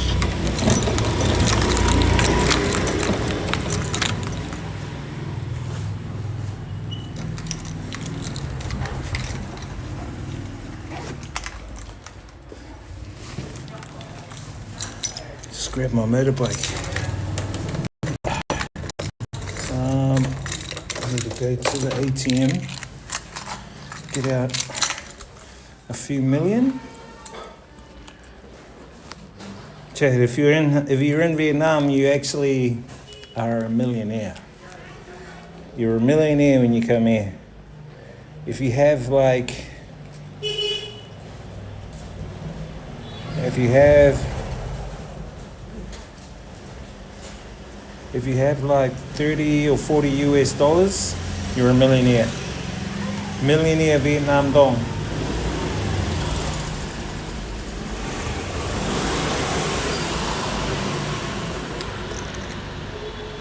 %, Wi-Fi. Fuck, there's something up, bro.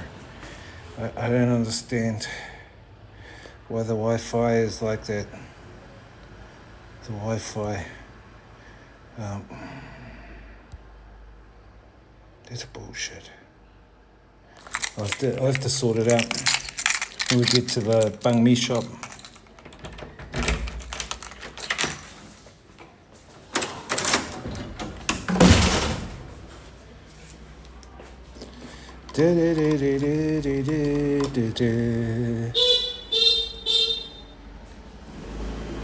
Some of us are billionaires. Yeah, bro.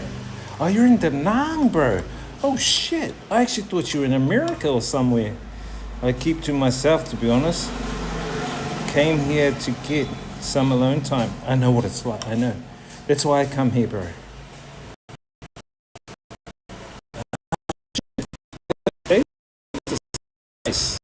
Bro, you don't stream, do you? Most of the streamers are streaming in Ho Chi Minh City, bro. There's like Suspendus is there. John, what's going on? Chris, Deep Park.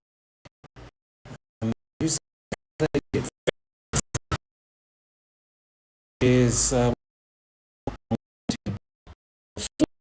I'm not a streamer.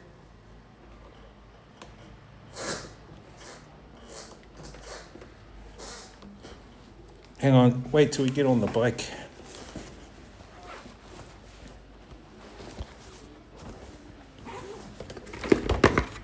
Wait till we get on the bike, bro. Shinian says just Turk in the shadows. Yeah, hang on. The internet is shit.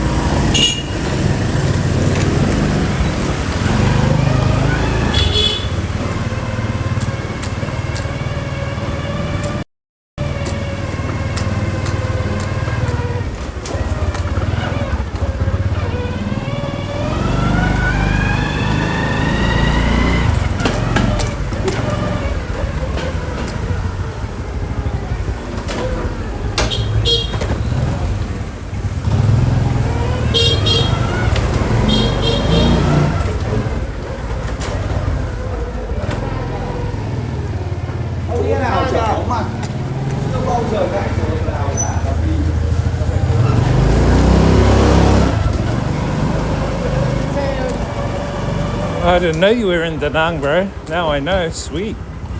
Hope it's going well for you there, bro.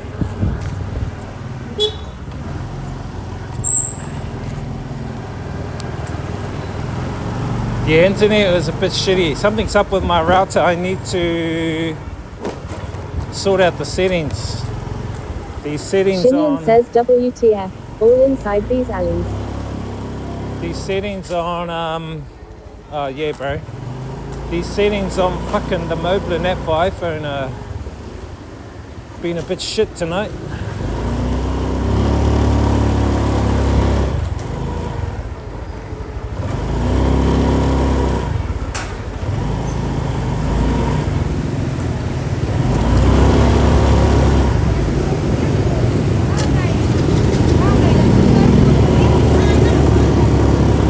Yeah, just narrow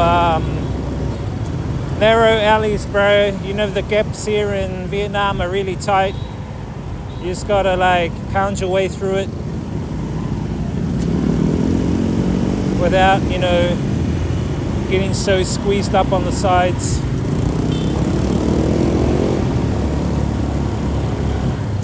So yeah, kind of like a lot of tight narrowness here.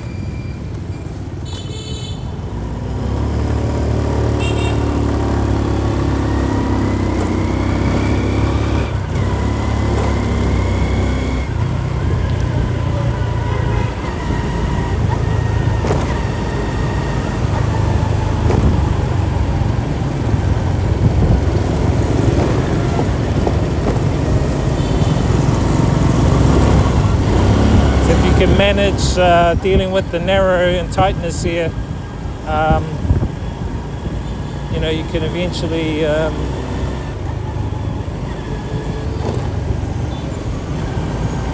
do well.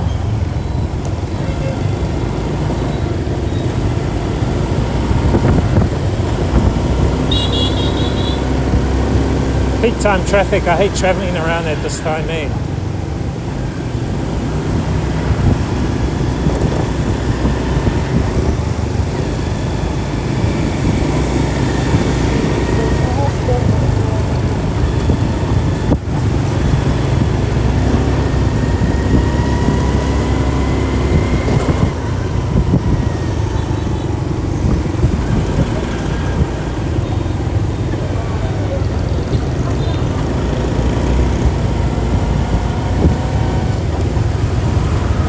Need to go to the bank down here, chat.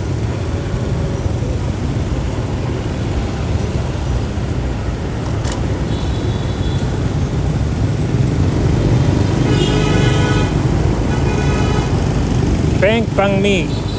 Get out of this traffic, man.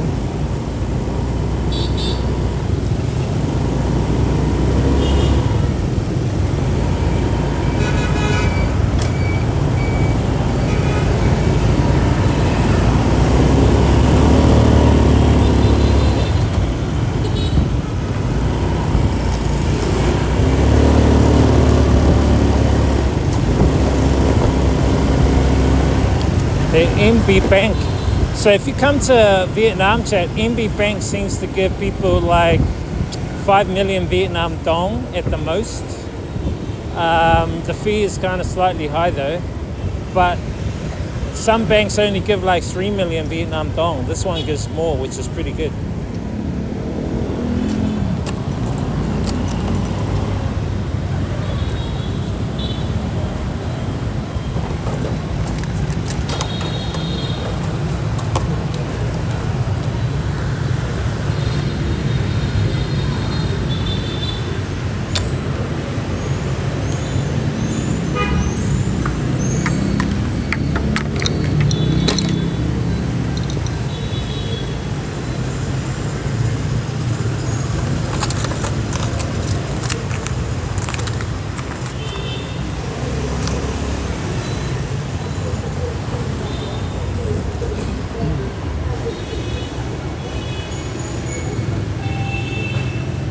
All inside these alleys, yes.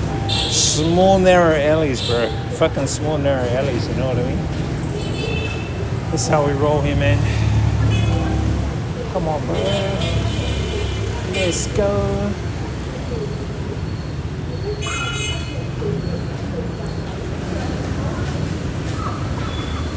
Shinyan says I pulled out so much VND cash but realized after I missing out on bank interest, but the exchange rate was at all-time highs, so wanted to lock in the rate.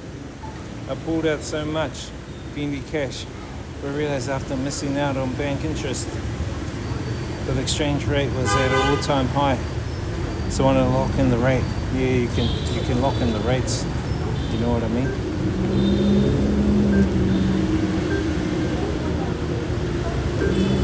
I use Wise. Wise is kind of good to use here in Vietnam. If you guys are wanting to use a way to get money out, is using Wise. They're doing crackdowns here on gold shops as well. So gold shops needing proper licensing here. I think I know why. It's pretty much surrounding what I talked about earlier.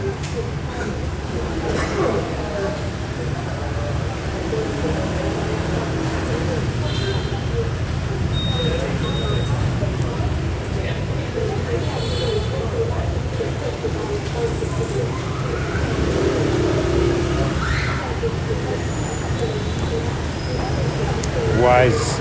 Be wise.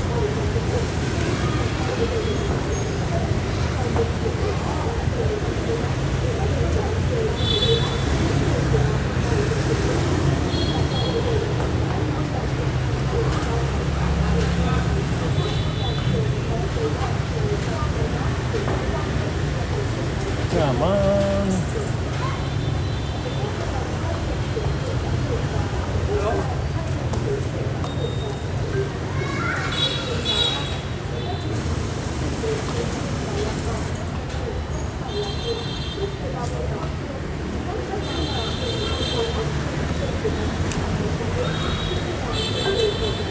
Shinyan says so you are out of country for 2 months, he said. Yeah, most likely.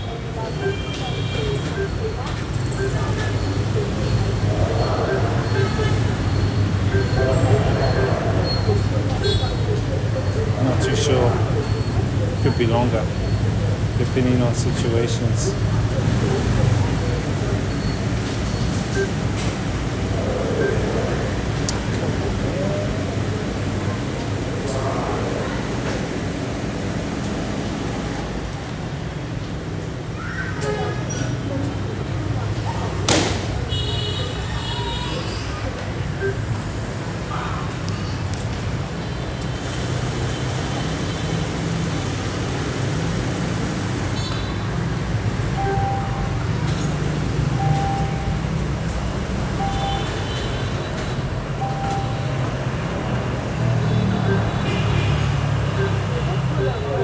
Yeah, I gotta go back to New Zealand.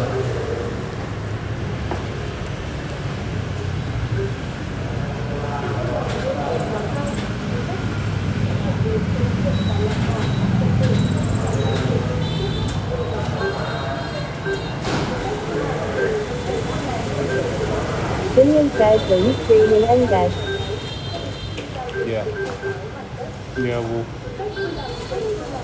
Not sure how many times that I will.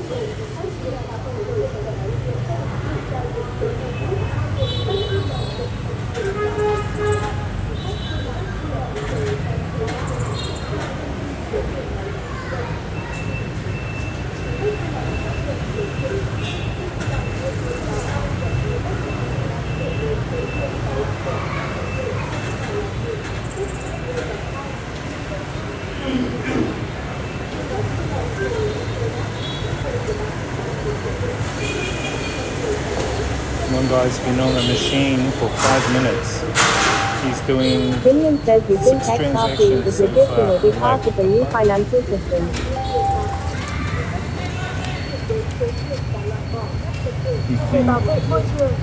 Nah, I don't think it's legit.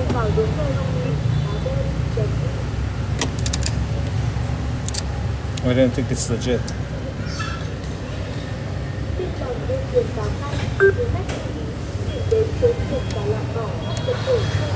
I think it's been manipulated. Please choose an account to make transaction.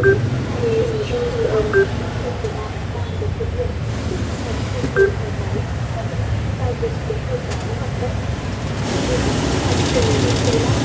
You need to be careful if you're going to get XRP.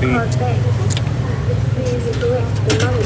Jillian says I don't either, but why everyone's so brainwashed into thinking it's the future of finance. It's the system we're in, bro. It's the BS system we're in. Come on, come on, come on. One more transaction. This guy next to him, he's been here for 5 minutes. I'm like, dude. Please choose.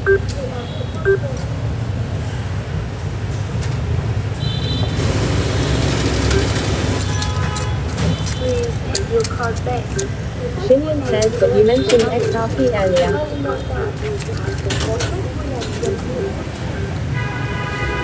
I got my millions, my 1 million Vietnam dong.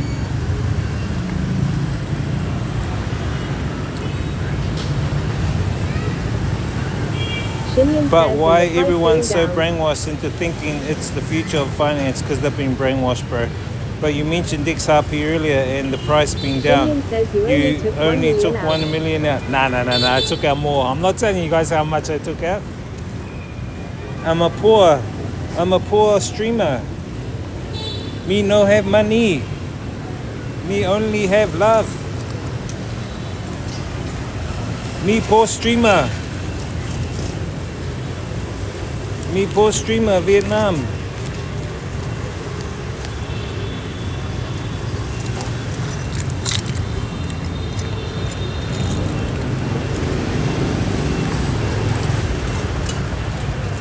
Jillian says why not?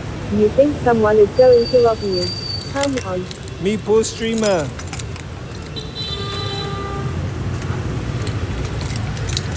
Me only get 1 million.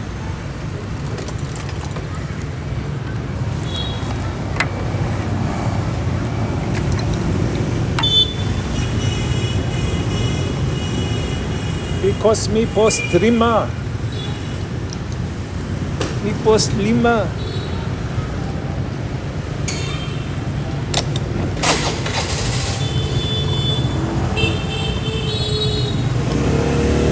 Now this one here, this gives you 5 million per transaction,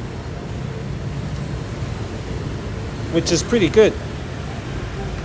5 million per transaction this one gives.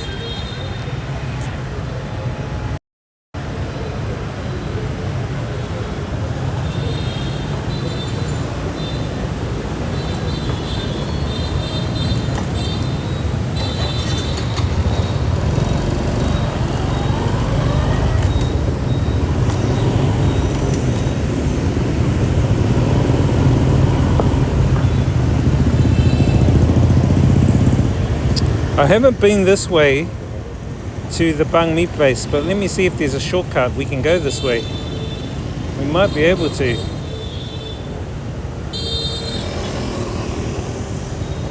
Jillian says, have you ever renewed passport whilst in Vietnam?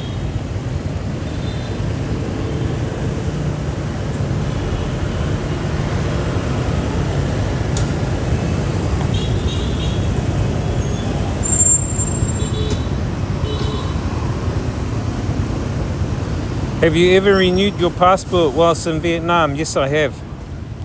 Just went to my embassy in 2020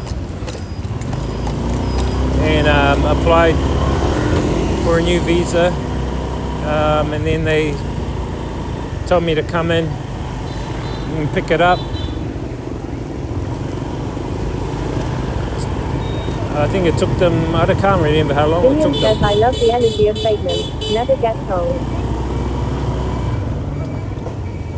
Yeah. It's good, eh?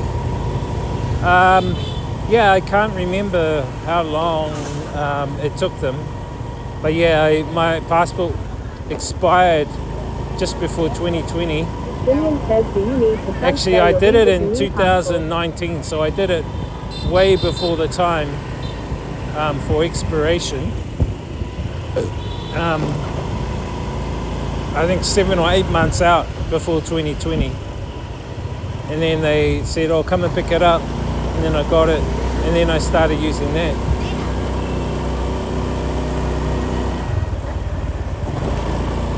I got a lot of pages, but I think it's still, like, there's a lot of pages on there. I probably used half of the book. I think there's like 30 pages. William says, I renewed my passport.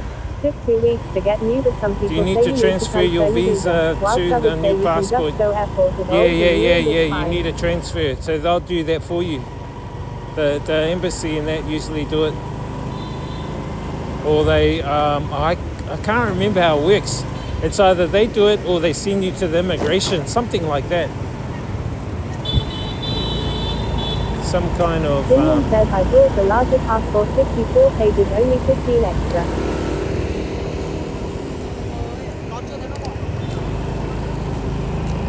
Shit, is this the way?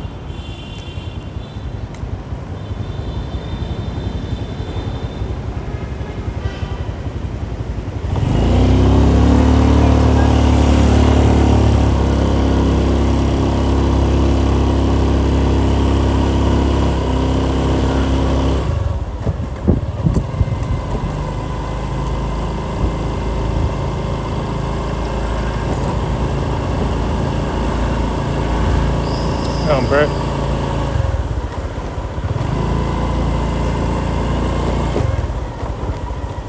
You bought the larger passport, 54 pages. Oh, yeah. What country are you?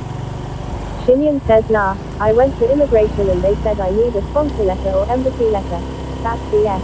As a tourist you can't get sponsor or pay some scam visa agent $250 for nothing. Shinian says UK. Ah, right. Yeah, so yours might be different.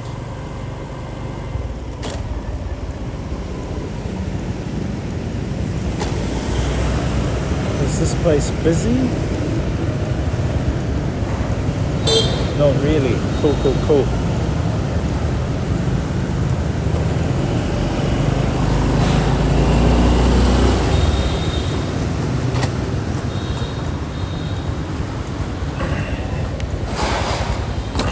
Shinian says I'm just going to turn up at airport with both passports next visa run. Yeah, that's good. Yep. Do that, bro.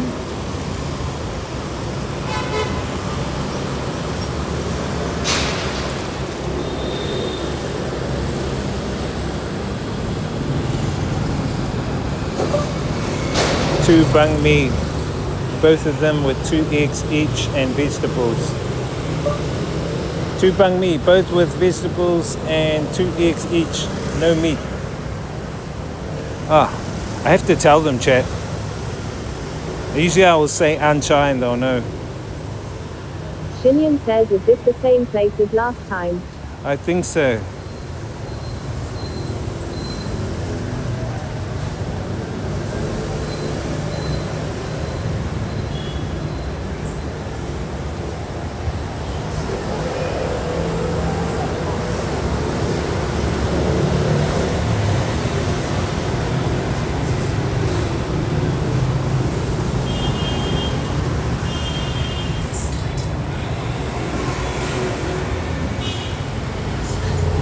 Ciao.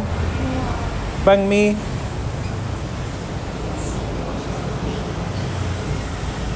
Okay.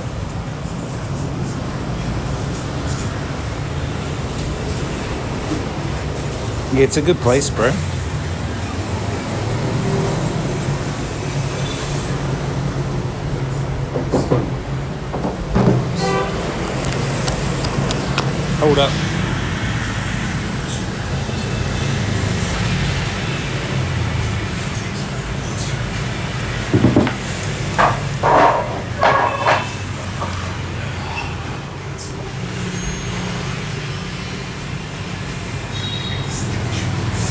says I love these interactions.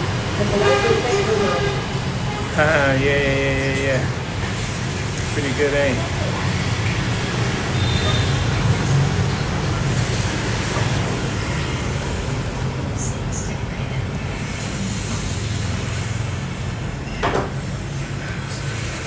I need to find out why my Wi-Fi is only got one. It's 1%.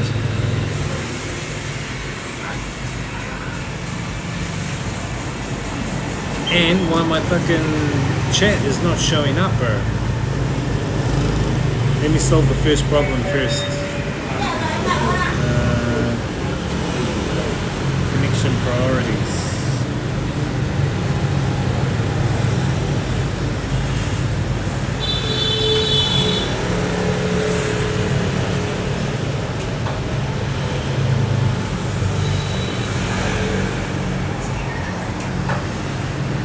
Turn that off. Stream marker, navigation.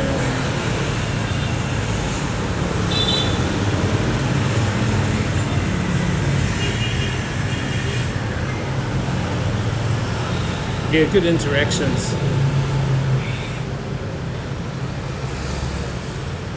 We need to find more people to interact with. Master1_1987 says he will have bro. How's your night going? Yeah, car pipe, bro. How's yours, bro? William says I hope my opinion doesn't change as I love being invaded. How you doing, William? I'm good, bro. Yeah, we just finished going to the gym, bro. So we're just getting some banh mi here at this banh mi place. Give me a sec. William Master1_1987 says my mic's going good. Cool. Cool bananas. William says yes, I make the music.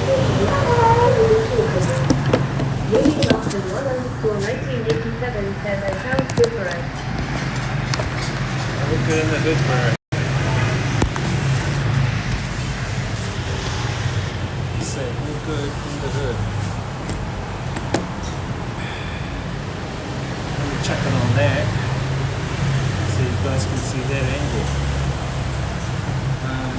William says maybe today's Catchup supermarket was a nudge. Maybe today's cherry supermarket was a nudge.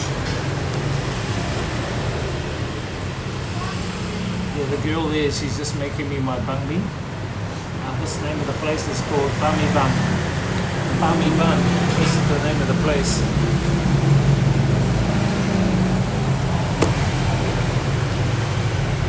I've just got to sort out my fucking router.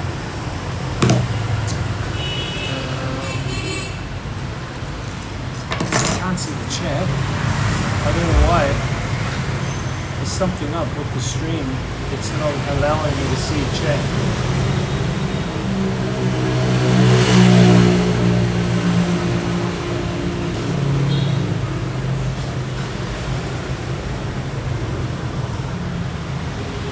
Live stream and record and the app is in background mode. Okay.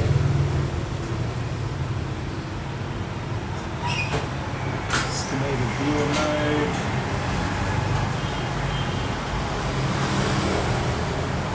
Display. Must be the displays. Click buttons. Camera. Chat.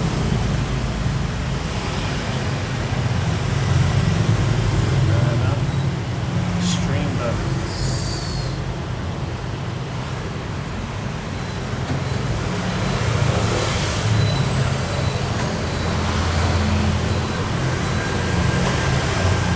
Local overlays.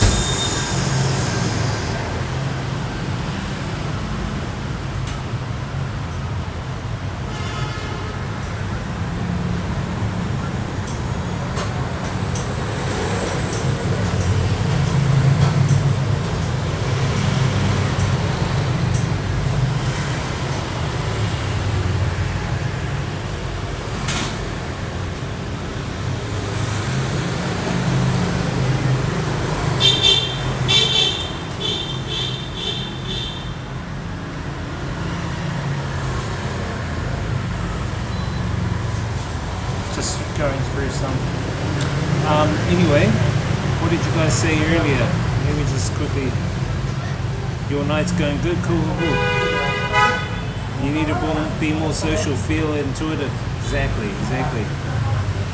I know you like it here, eh, in Vietnam. Good on you, dude. Maybe today's chat at the supermarket. Oh, with that girl. Right. Grab your digits, grab your phone number, dude. You never know where things can take you.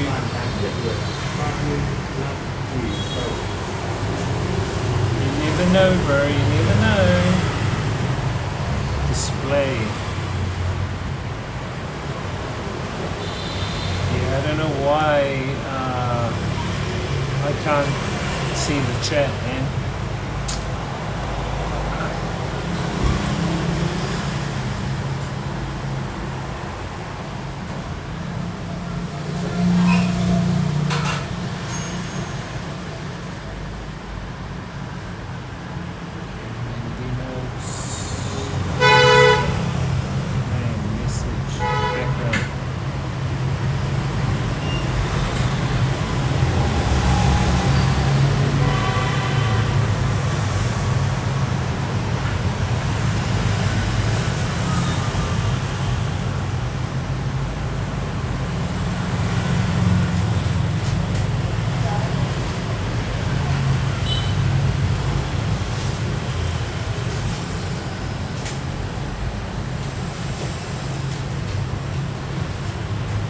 Nothing in chat.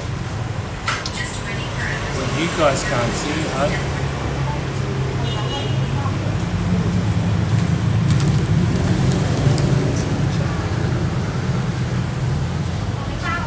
She made my Bangladesh chat. Yeah. Bangladesh. Boom.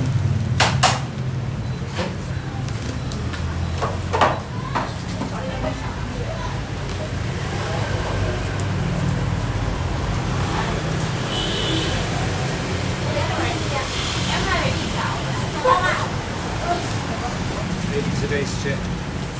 At the supermarket, it might get you a date, bro. Might get you a date.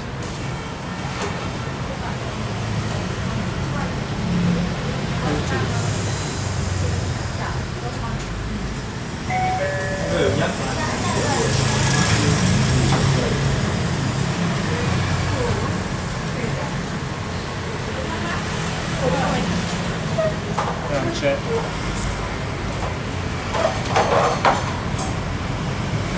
Streaming platforms.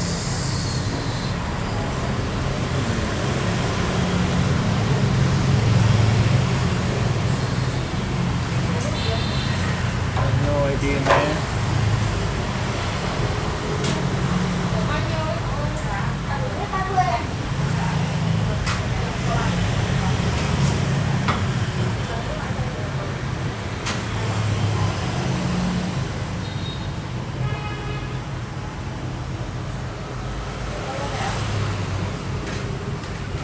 I see you guys chat.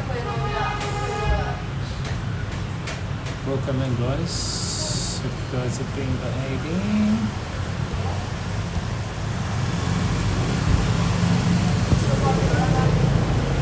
Stealth mode.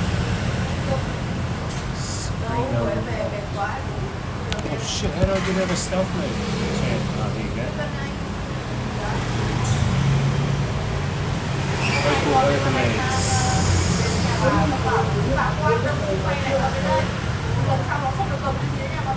Do you have a way to pay by QR?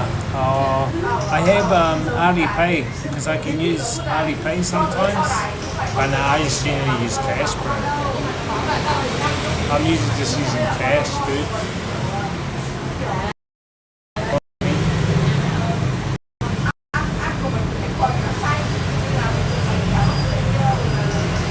What about you, bro?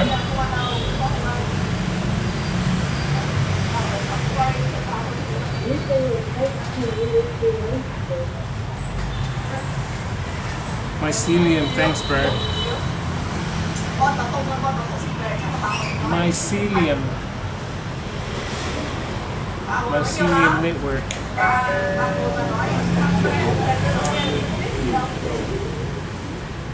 In Vietnam I use cash.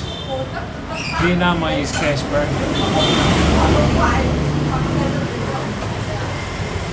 Yep. I use cash here. I think it's a bug with this. I think there's a bug here. I think there's a bug. I might change over to the Samsung.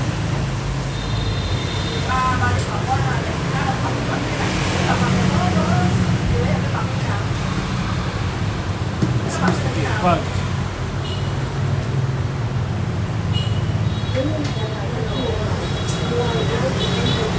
QR is nice for some places when you only have large notes, and it's nice to just pay coffee places.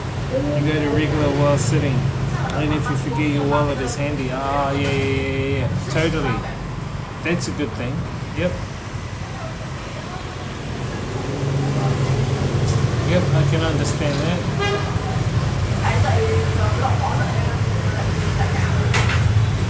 There's something not right connected here. What's up, Green Team? Green Team for life.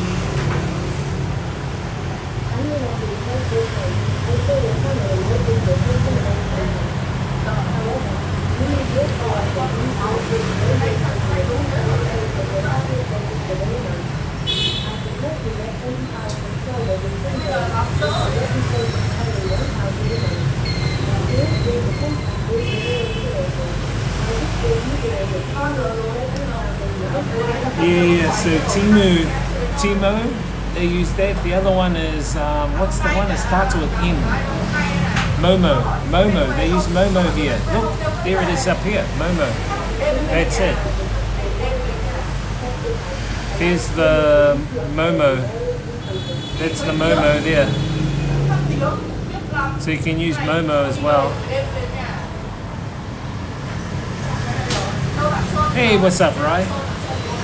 There's an app called Morita Pay. Check it out. Yeah.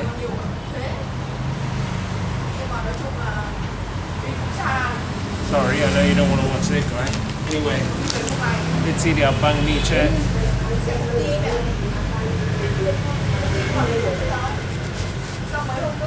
Bang Me chat. Bang me.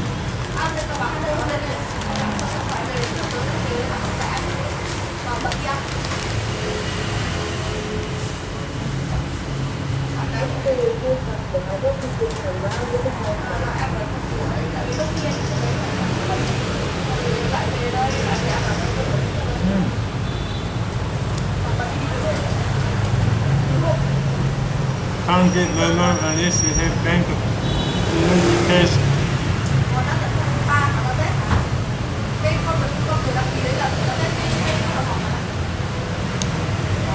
What do you mean? You got to switch on browser. Oh, you can't sub on Kick? Can't you sub? Why can't you sub on Kick?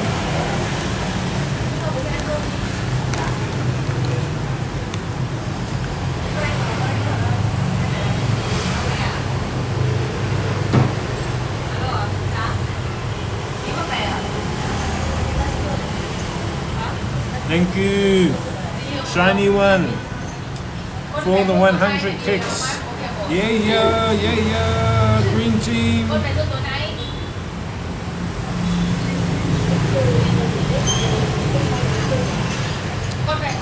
Thank you, Shiny One. Appreciate.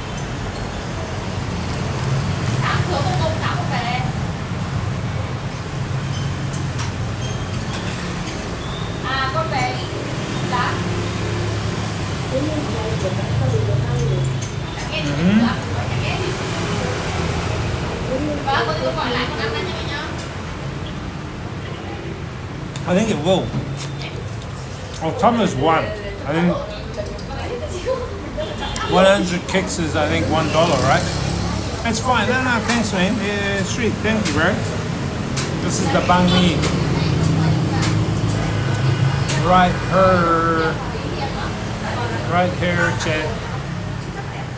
There's some reason why my chat is not connecting to the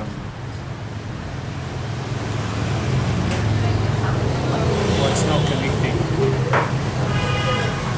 I can't see you guys. Fuck. Now they're 25 for two because I got 2 eggs in each. I'm trying to eat more protein. I got 2 banh mi with 2 eggs in each. PGs. They're 25k, which is $1. Nah, it's fine. Thank you, man. Appreciate it.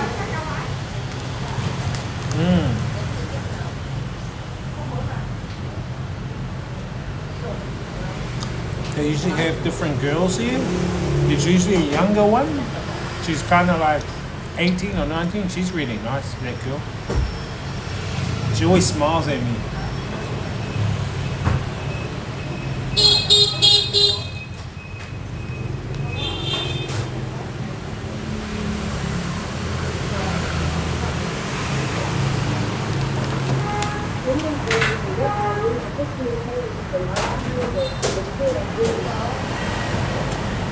Really? It's cheap. It's good. You know, here it's a bit more. It's a bit more here in Hanoi. I can get 1 egg for 20k. If I go to the outskirts of Hanoi, I can get them for the price you can. 2 eggs for 50.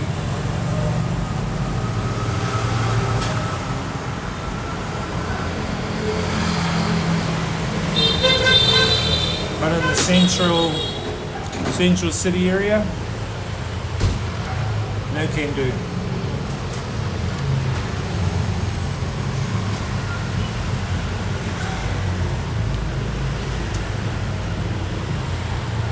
Kind of weird, eh?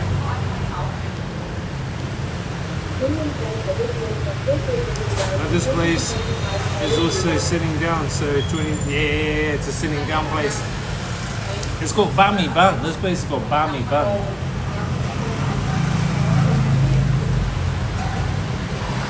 It's our hangout.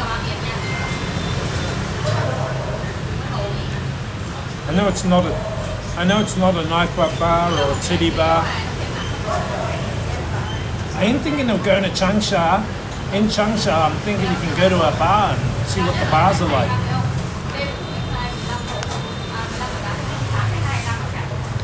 I try to invite Susie Mermaid to come along.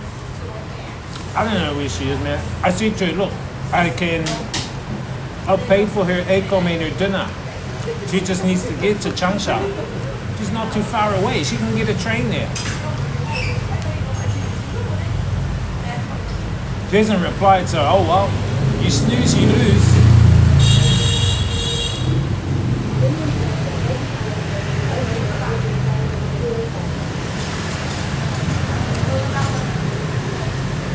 Yeah, I might go there tomorrow night. Veggie Castle. Might go there tomorrow night. We'll see how we go.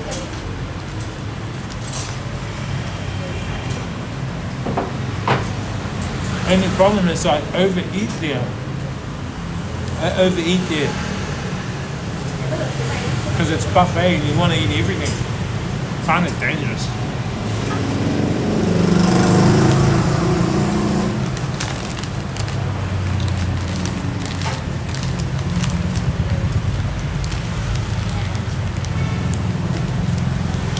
You know what I mean?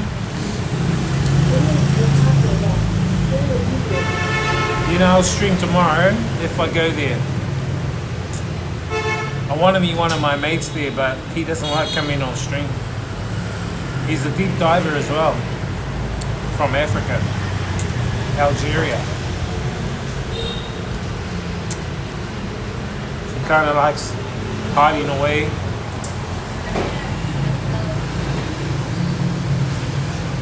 I'm really annoyed, chat, that I can't see your guys' chat, man, on my iPhone.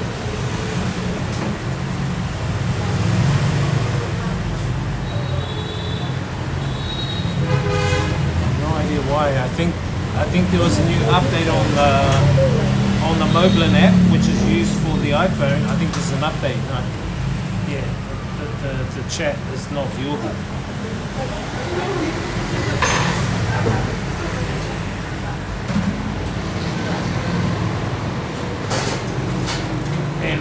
I'm using more cellular than I am Wi-Fi. So the app, I think I updated the app, and the app's weird. If it plays up like that in China, I'm not going to use it. I'll just use the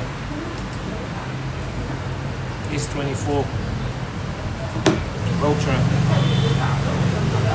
The Shadow Worker, nice, yeah, bro. But, you know, you can only say so much because people don't really like fucking believe you. You know what I mean? And you don't want to lose viewers because people get scared. Or they go, oh, that can't happen, that won't happen, they'll never do that. No. You will never do that. These guys are doing that. Look at what the fucking Epstein files are revealing. Those guys did do that to those guys did do the things they fucking did.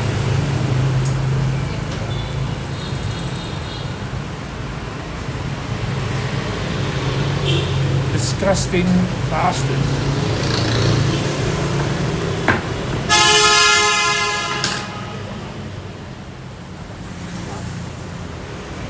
I had to talk today with some friends.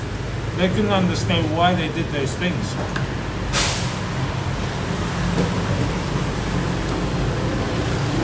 Why do they? I won't say the word, but I'll say grape, like grape, eating grapes. Why did they grape with those kids? Why? I'll tell you why. Actually, Professor Zhang, he can tell you why they did those things. If you go to YouTube and look up Professor Zhang, I'll put some of his videos in the Discord, you'll see the reason why. Because those deletes, they need to create bonds, they need to create pacts with people they can trust. And not fucking trust one-off, but trust with their lives, with their souls. So you got to do transgressional things to bond people together. It's like, say, me and you, we don't like our teacher, so we both secretly go and pop her tires. We pop her tires. We both know we did it, and for us, that gives us like a boost. Like, yeah, we did it. Yeah. It gives us the boost of energy. Same thing. What these fucking deletes do, the things they're doing, gives them not only a boost of energy, but they say that it gives them, it gets them closer to the divine infinite. They feel the energy they get from it, and it gives them sustenance of divine infinite energy, which is the reason why they do it. And the third thing is why they want to keep these bonds is because it keeps the secrecy of their agendas together,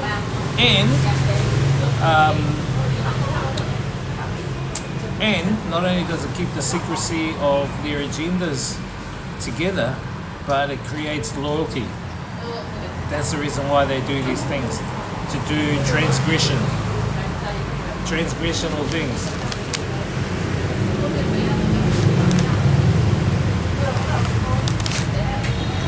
It's exactly what the Epstein files is revealing.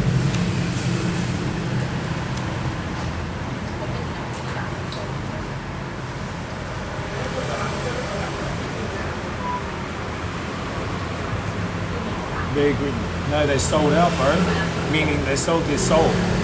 They sold their soul. They sold out.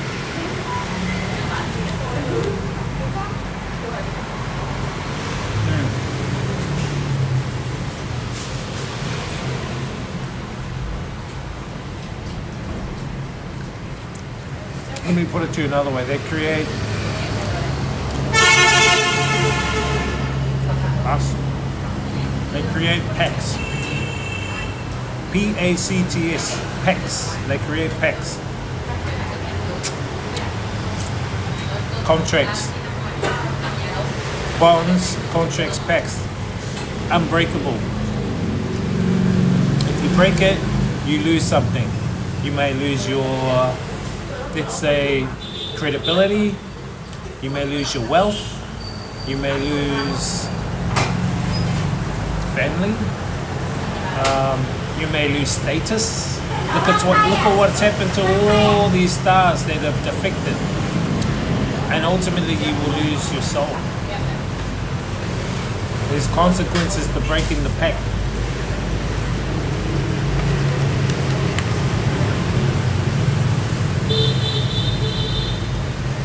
And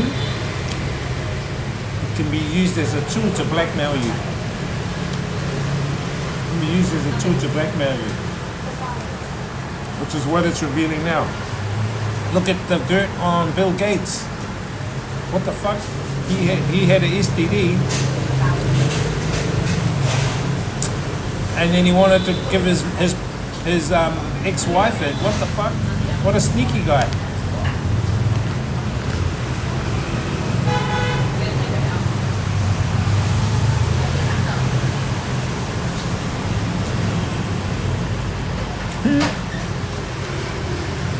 We haven't talked to the Oracle for a while. The Oracle has not been talking to us for a while. I still talk to the Oracle.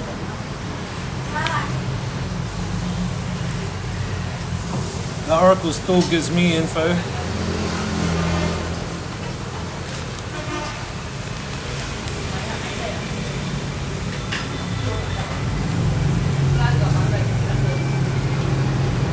AKA Thoth. But I think Thoth, the latest versions of Thoth have been filtered and ring fenced. So if you ask the later versions of Thoth certain things, it puts up barriers and filters. But you can still use older versions of Thoth to get past those.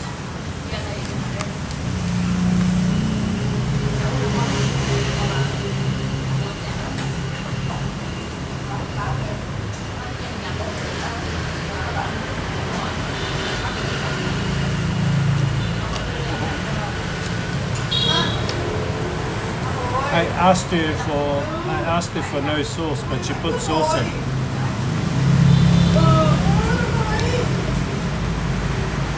She put sauce in.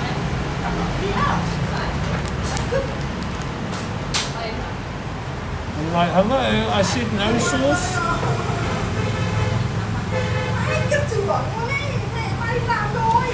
So I put in my own sauce because I got it here. And I don't like the sauce she puts in.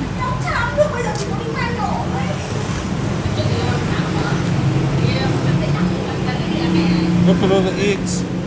All the eggs. She's put in all the eggs. See that motorbike outside?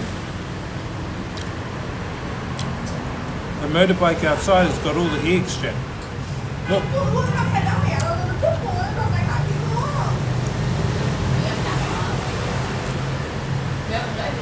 All the motorbike with all the eggs on it.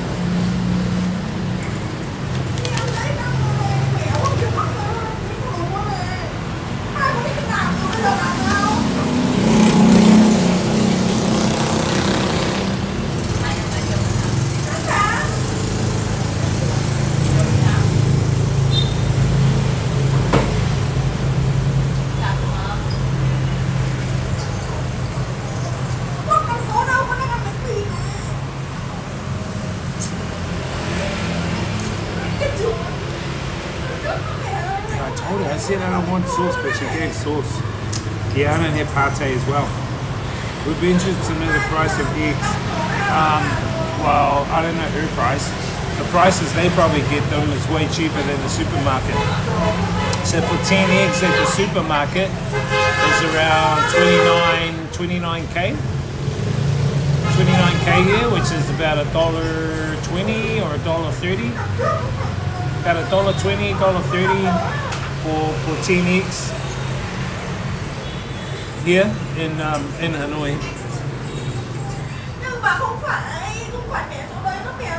Now here it's cheaper. It's cheaper here, it's about 29, 30K. You can buy more expensive ones, but the usual cost is around 30K.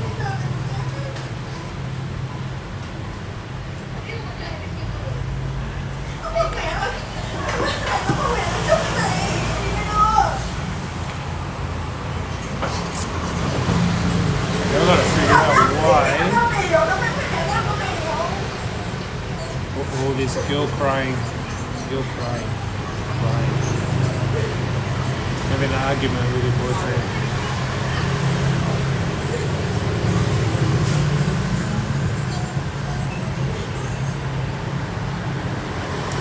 What did you guys do to her? Connected to chat. Why the fuck are you not displaying it, dude? Fuck, man. Có năm cánh cửa chứ không phải tấm hàn đâu.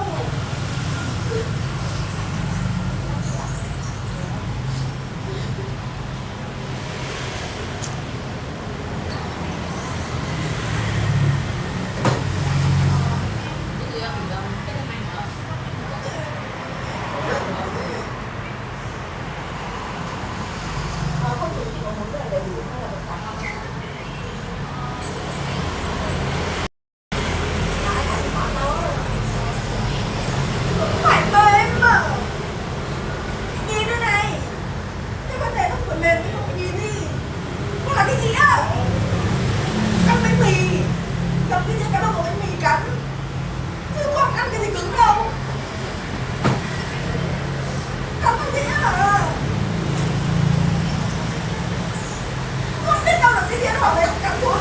Cắn vào gì rồi.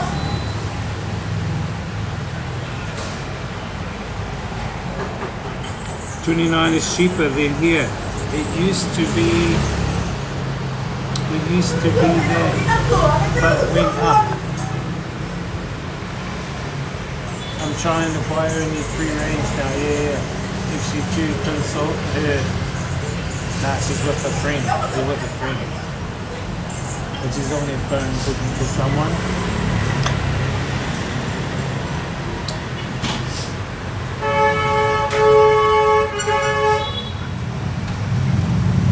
Need earpods, auto translation, but it doesn't support Vietnamese. No. So there, I think there will be an app that I can use where the chat comes into OBS. OBS translates it, then it'll display it underneath in a scene box. Just got to set it up, but I think it'll take time. And I'm not sure if it'll be in real time. It would be cool to be in real time. So as soon as someone sees something, the translation happens.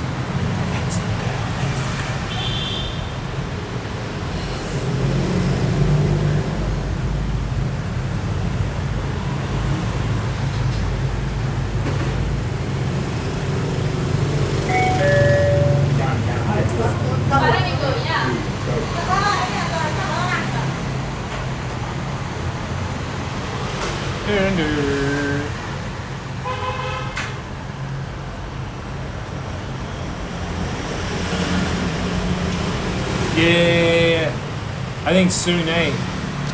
It might happen soon. Fuck you, Moblin, you useless piece of shit.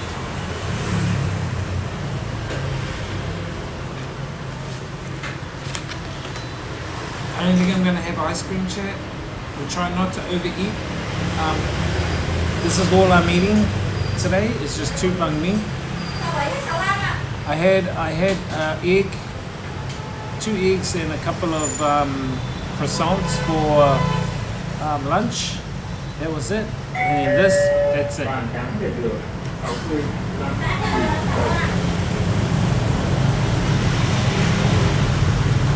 More than enough. So how long you been in Da Nang for, bro? Do you like Da Nang? Is it good? Da Nang, to me, Da Nang's good, bro. I like Da Nang. Yeah, there's something wrong with this app. I think they updated the app, but it's got bugs. I think this app's got fucking bugs, bro.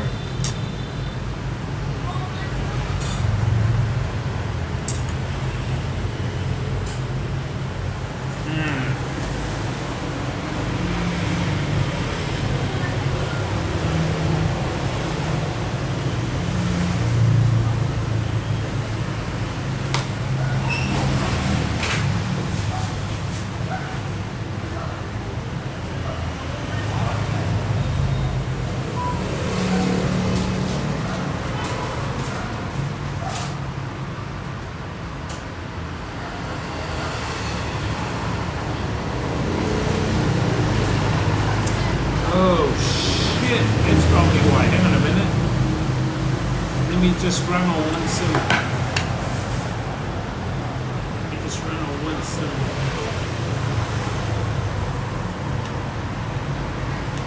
Oh, no, that's fine.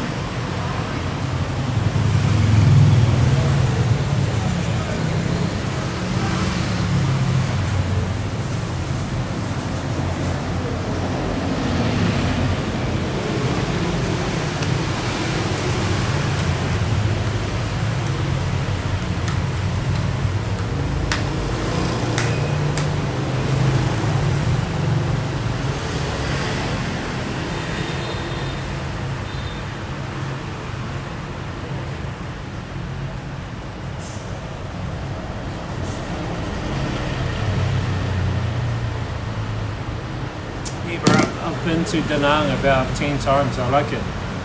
Good city. Was going to be one of my cities that I wanted to move to. Then I met the Vinna chicker here, so let's stop there.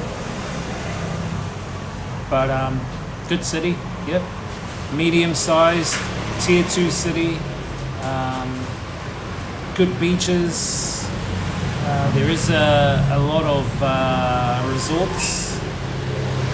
Then there's the nature vibes out there, Monkey Mountain, Barnack Hills.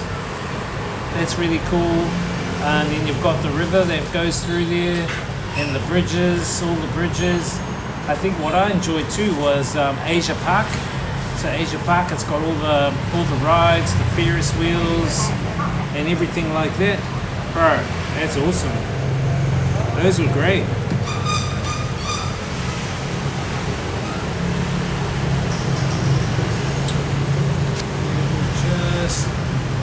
The Wi-Fi. It's better. Now we're getting it. Okay, so the internet's good now. I just have to restart the Wi-Fi. Finally.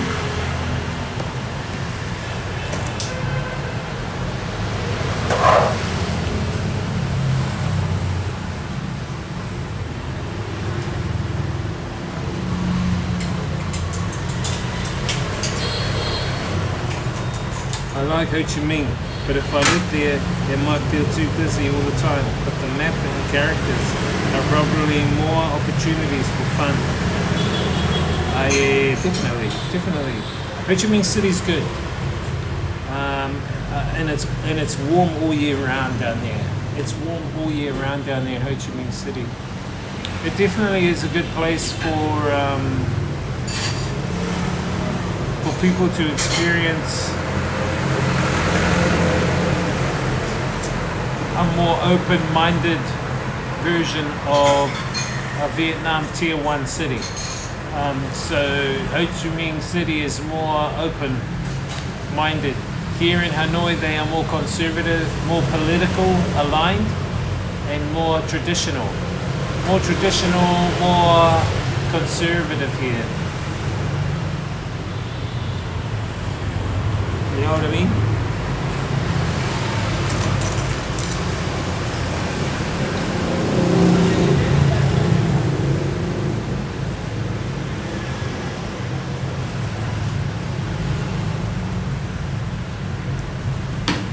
Pollution. They do have pollution down there, but the pollution here is quite extensive too. Quite extensive pollution here, dude. Yeah. It's pretty bad. Pollution's pretty bad here. Yeah. Not good.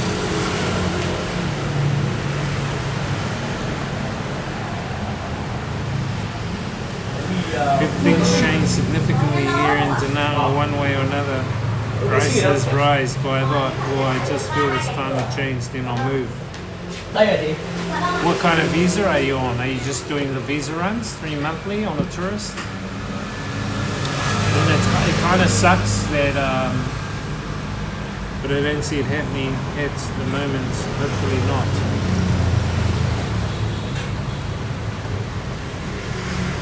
Yeah, because it's really the only thing, right? That's the only thing that you can really use. I used to work full-time here, so I was on the work permit and TRC and all that sort of stuff, and work visa. I was doing that for 6 years, then I retired from teaching. But 'cause I wanted to travel more, you know what I mean? And they don't have a retirement visa or a digital nomad visa or a DTV visa like Thailand. Thailand's another good option. The DTV visa is kind of good price at the moment, so that's a good option to do, to check out.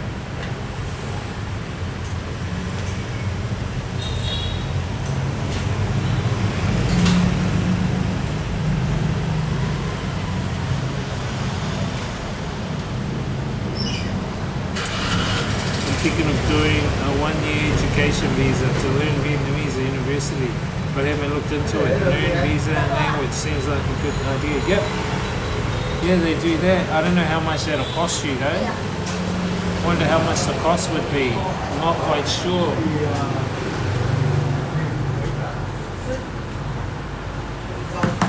You'd have to, yeah, that's something you'd have to sort out. Is what the cost would be.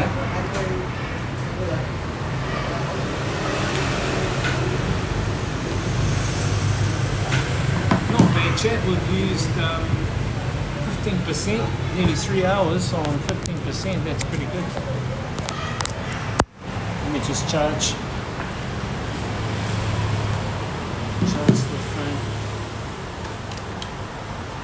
Might not be that much more than doing visa runs, but you were paying to learn the language. Yeah. I mean, that's an option to do.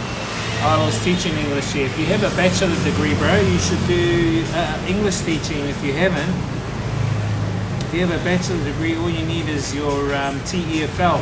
There's the link I just put down there. You can get your TEFL from that link there. I don't know if it shows up in Kick. I think it should be in Kick.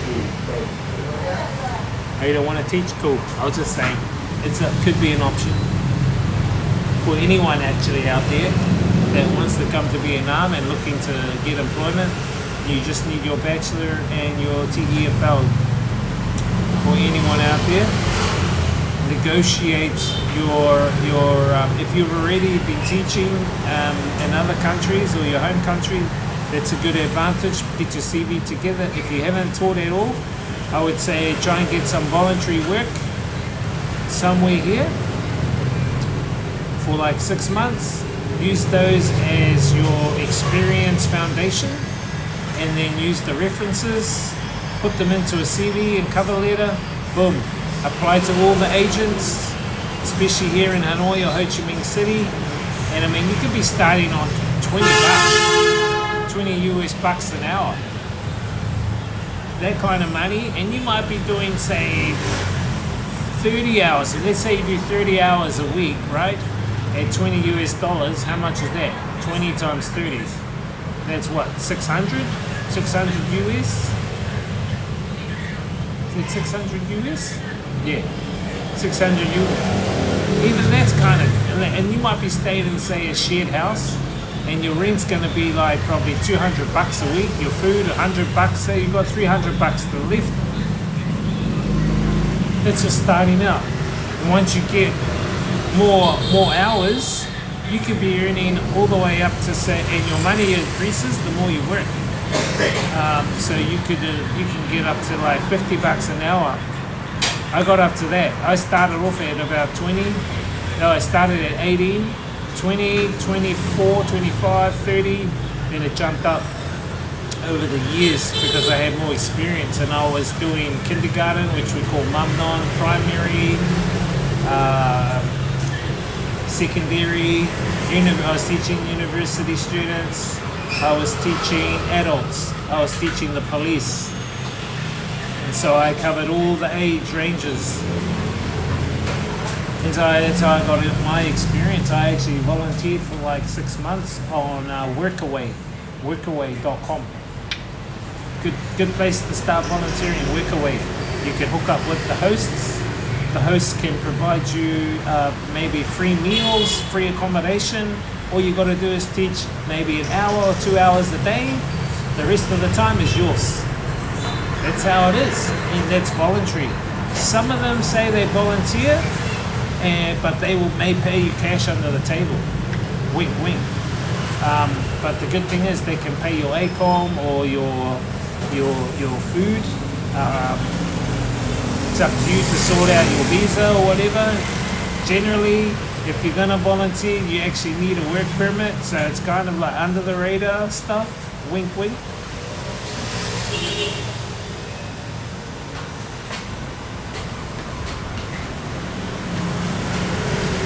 Shared accommodation. Oh no, the shared accommodation is full, bro. You don't want to work at all. Yeah, you don't want to be in the matrix. I know. Same with me. I do want to work, but I want to work on things I love doing. That's what I'm doing now. Streaming, DJing, putting the pieces together of the matrix, writing my own books, creating digital media to inspire people, to show people how to live life. That's my work. You know what I mean? That's what I want to do. And then doing side hustles, Octopath stuff. I'm also doing my own learning. I'm learning different things, learning IT on the side, because I have a greater plan for learning, and plus I want to find out more about emerging technologies. So that's what I'm doing my bachelor for. So but I'm just doing things that I love, that I want to do. Do you know what I mean?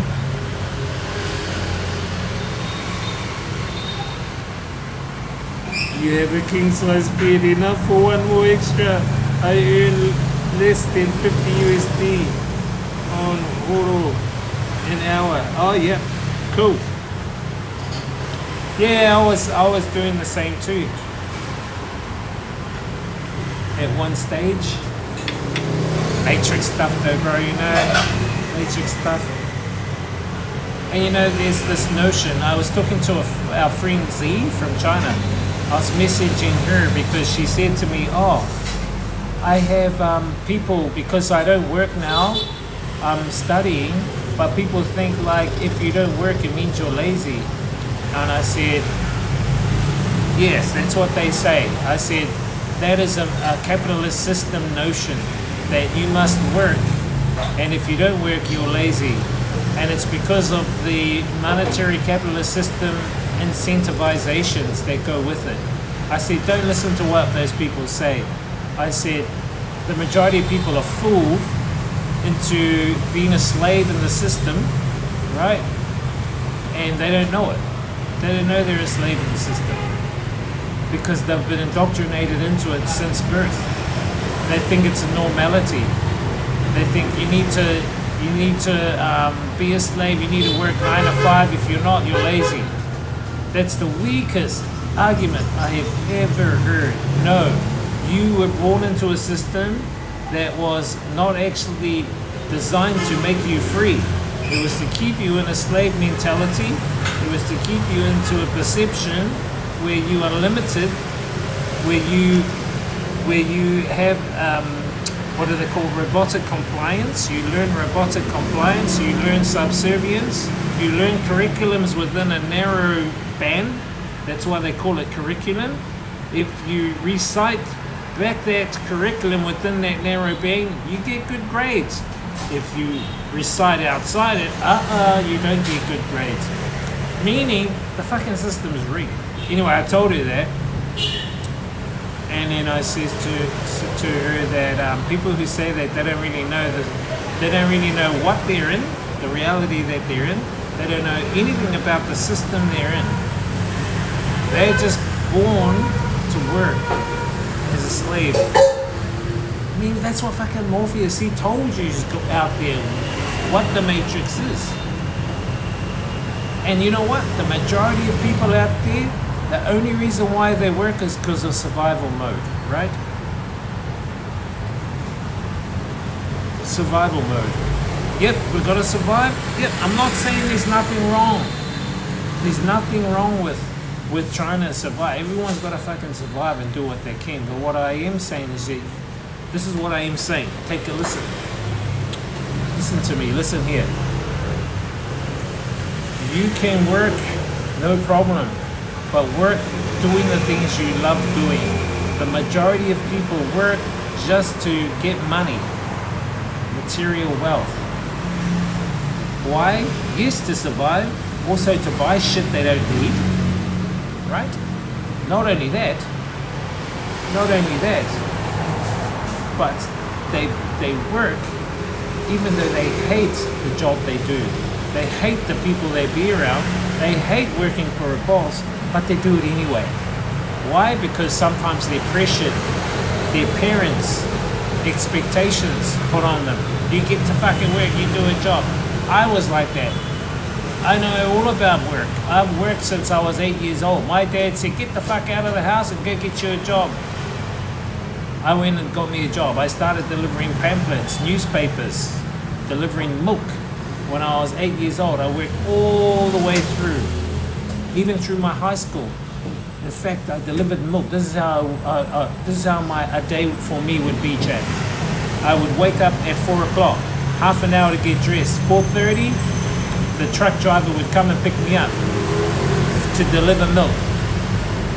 4:30 would load up the truck. 5 o'clock would start the milk run.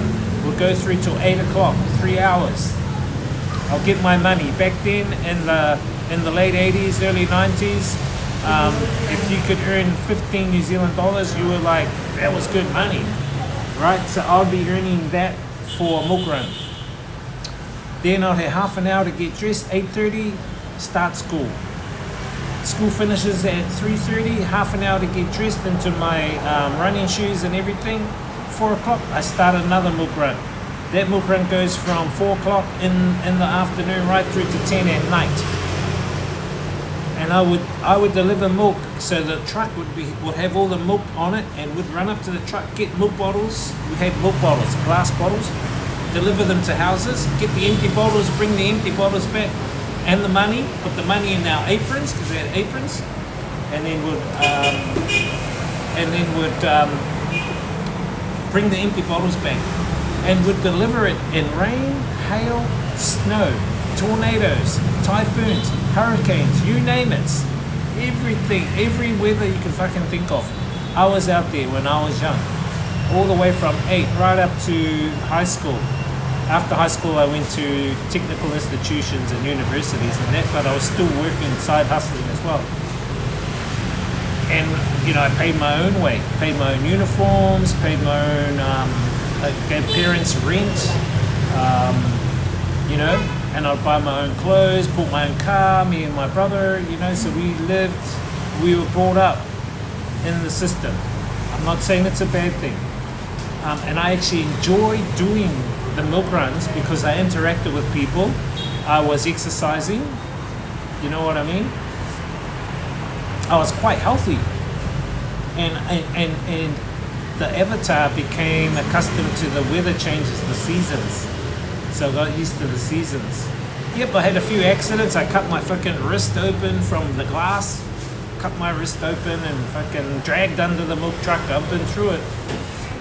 So I know what it's like to work, man. I know what it's like to slave your guts out, you know? And sometimes we just got to do it because, you know, we've got to make ends meet. But what I'm saying is do the things you love to do. Do the work if you can work, but the work is meaningful. Meaningful work. So like for me now, this is work I'm doing, talking to you about meaningful things, about my experiences that could probably give you insights and help you guys see that's meaningful to me. You know what I mean? With to support the great whiz. G'day lad, what's up? Ollie. We're just talking about the old milk runs back in the day and working. And so in New Zealand we had milk trucks. We would deliver milk in the mornings. I delivered milk to all the factories and shops, supermarkets, and then in the afternoon would deliver milk to all the residential areas. Then my dad actually bought the milk run. So I actually started with my older brother. He got the job first with this milk run owner. And then about 6 months later, the milk run owner said, "Oh, do you have running shoes too?" And I said, "Yeah." He goes, "Do you want a job?" I said, "Yeah."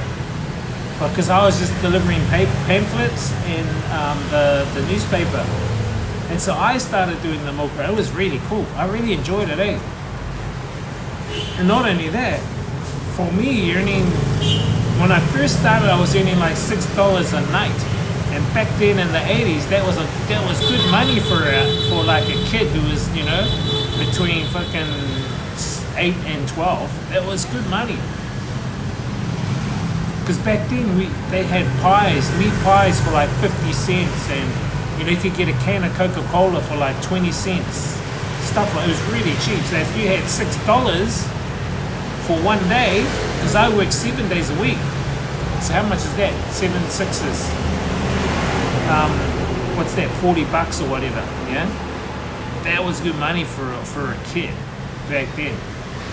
And even lunchtime, I'd go to the tuck shop. We call it the tuck shop at school. And then all my mates will hang around. And why all my mates hang around? It's because they knew I had the money. Back then it was funny. Yeah, my bogan mates would go steal milk at 6 a.m. I know, we had that. We used to deliver leaflets to advertise. Yeah, that's what I did too. Yeah. I was earning like $50 or $200 a week. Yeah, that's what I started doing, delivering the leaflets, the pamphlets, the newspapers, same thing. Yeah, bro. It was cool, and I enjoyed it. You know what I mean? So I'm not saying that all work, you shouldn't do any work. What I'm saying is do the work that you love doing. If it brings you meaningfulness, cool, great. If it doesn't bring you meaningfulness, but only brings you stress, and then on the weekends, Friday night, Saturday night, you go out partying and drinking because of the stress from work, I don't think that's living, that's just existing. Do you know what I mean? That's just my own take. Take it as you will. I'm not criticizing anyone that's working, because I know you're hardworking to make ends meet, because we're in survival mode. Everyone's in survival mode. You know, if you look at Maslow's hierarchical pyramid, the two bottom layers of survival mode, I totally understand. I delivered the local council newspaper on my bike. Like 10 hours work for $4. Yeah, that's what I was doing. I earned $6 a night. I started off at $6. And the older milk run workers I worked with, because there would be 4 of us to one truck, and would have 2 sides, the left side, the right side. And there would be me and an older guy. He would be my teacher, but he was like I was like probably 10, and he'll be like 14 or 16, but he'll show me the ropes. And on the left side of the milk truck would be my brother and someone else. It would be 4 of us. But because we were new, we got paid $6. But then like a couple of months later, we got paid $9, which was, yeah, that's heaps of money, $9. We were rich. And then we get free milk.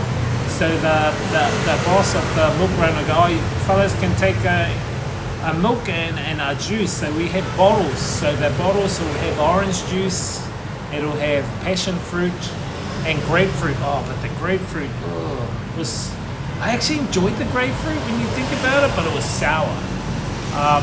But I love the passion fruit. So I'm taking a passion fruit and a grapefruit.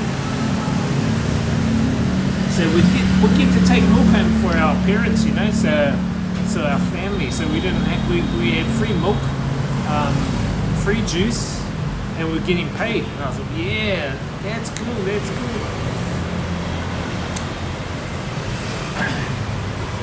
Paid, not laid.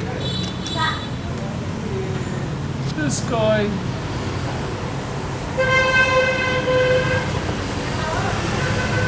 Very good times, bro. Very good times, good experiences. But doing the milk run, you were working in all seasons, and I sacrificed a bit of my schoolwork as well, you know, because I'll get home 9:30, 10 o'clock. Mum will have dinner, you know, in the fridge or in the microwave, and I'll eat my dinner, then do my homework, and then I'll be in bed by 11:30. Wake up 4 o'clock. Again, boom. I was in that cycle, bro, you know. But the good thing I saved, I would save up, bought my own car for secondary school. I drove, it was like this bomb, what was it, an Austin Maxi. An Austin Maxi, let me show you what an Austin Maxi looks like. It was a blue one, so it was, me and my brother bought it, we used to call it the Blue Blazer. Let me see if they have a blue one. Blue Austin Maxi car. Oh shit, there it is, Chad. That was my car. This is my car from back in the day. Let me show you guys. I know it's gonna look fucking cheesy and you guys are gonna laugh, but that's the car. That's my old car. Yeah. That's the old car I had. We called it the Blue Blazer. It was me and my brother's car. And it was kind of like, because we learned how to drive. My dad taught us for about a month and a half. He taught us, my dad. And then for the following month and a half, we went to a school and we learned at a driving school. And then we got our license after that. And people would laugh at me and my brother in our car when we used to go to school, because they go, oh, that car's a bomb, that car's like a wreck. They go, that car's a wreck, haha, that's a wreck. Liz was driving to high school, that's badass. Yeah, bro, me and my brother, we drive to high school, bro. And but we get criticized and they'll laugh, people will point at our car and laugh, ha ha ha, they'll go like that. And we'll pull in. Anyway, in the afternoons, in the next day, it'll be raining, right? Me and my brother would be driving and we'll be beeping the horn at all the ones who laughed at us because they're all wet. Walking to school, they're all wet. From walking to school, we'll go beep, beep, beep, and we'll wait till the beep, beep, beep, beep, beep, beep. And get to school and they're angry ass. They said to us, why didn't you take us in your car? I said, because you laugh at our car. Now all of a sudden you want us to take you in our car. Funny.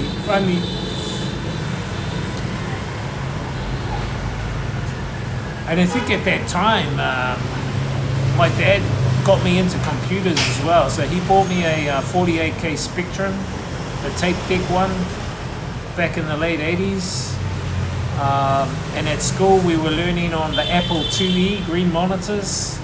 We were learning, what's that language, trig language. We were learning like really basic stuff on the Apple IIes.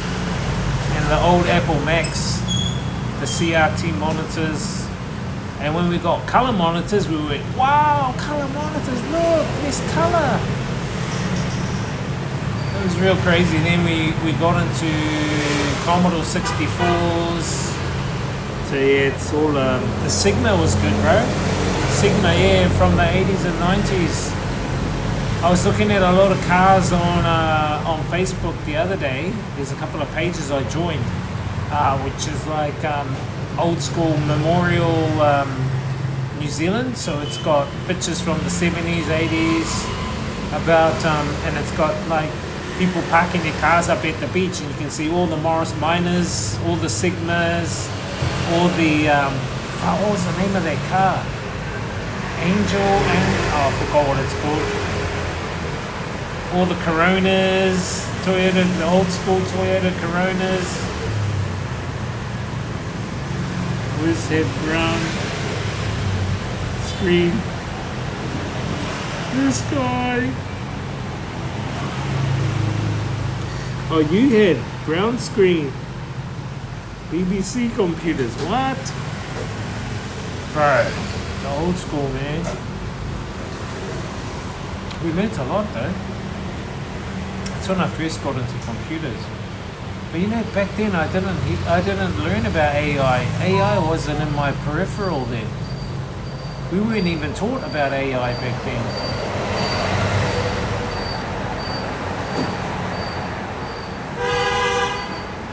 Which is why I think we've done a timeline jump. I think we've done a timeline jump.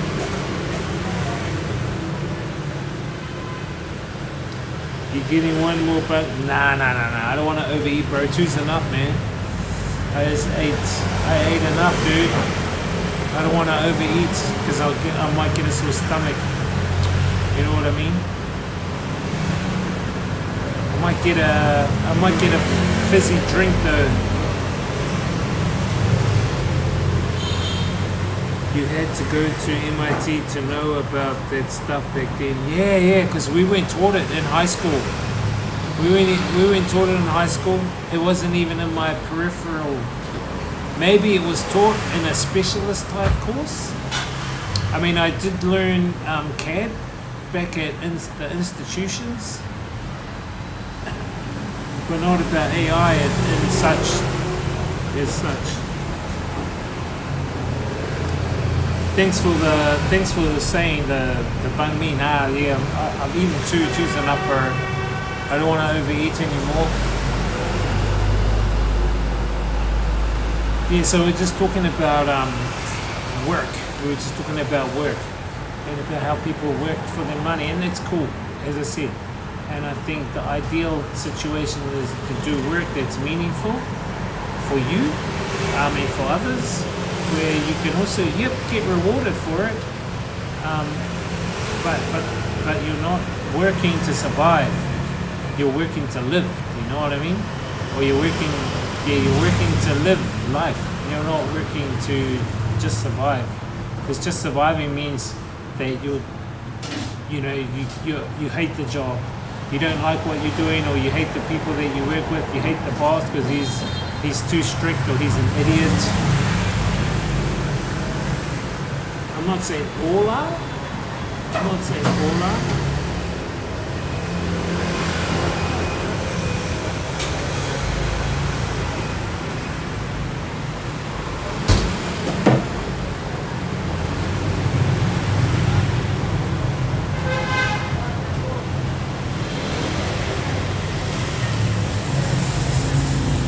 Anyway, this stream is going to be a short one, chat. I'm going to go home and start organizing stuff I'm going to pack. I might have to do a packing stream tomorrow.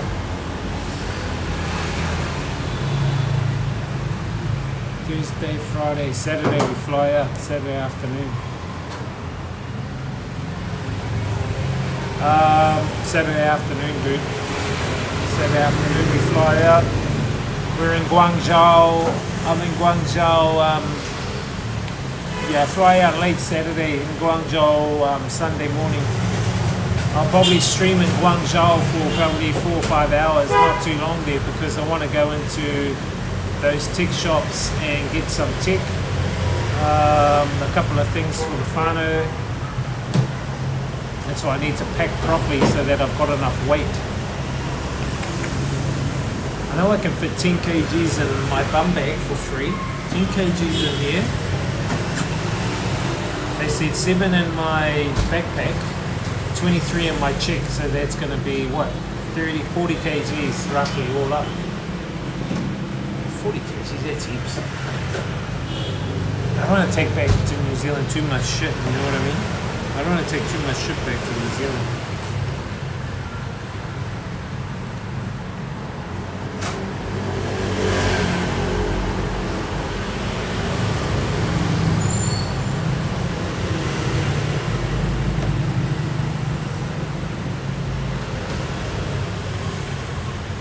I'm only in Guangzhou, bro,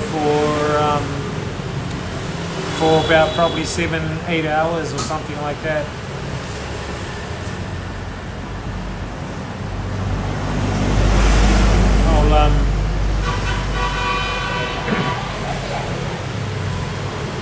We leave late Saturday, get to Guangzhou early hours of Sunday, and then I'll probably jump on the train when the train starts up 5 in the morning and head into the city.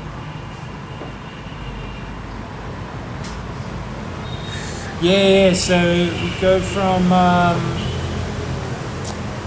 here to Guangzhou, then Guangzhou for like 7-8 hours, and then from Guangzhou to Changsha for 1 week, and then I'll catch the train or a bus to Zhangjiajie for 1 week.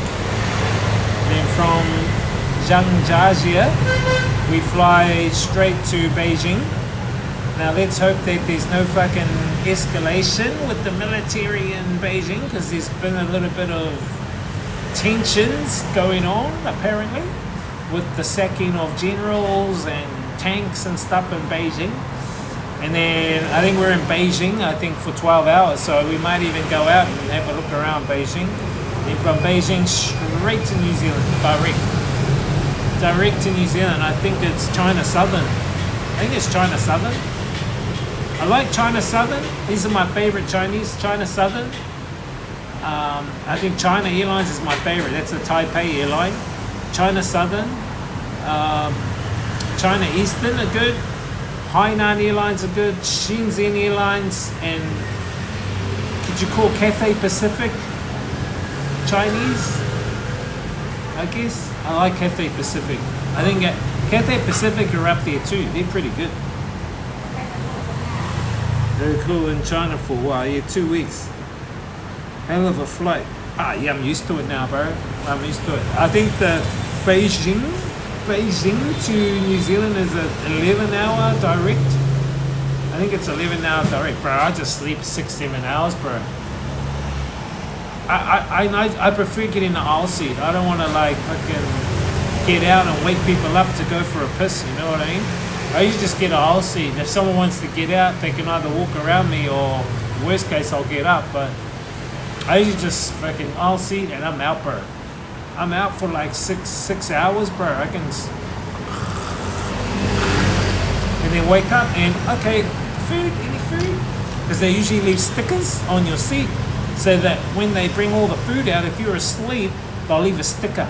And what the sticker means is that you ring the bell, show the sticker, and then they bring the food out to you after you wake up. So that's what I like about the Chinese airlines. They're really good, and the seats are big, relaxing, heaps of space to put all your carry-on,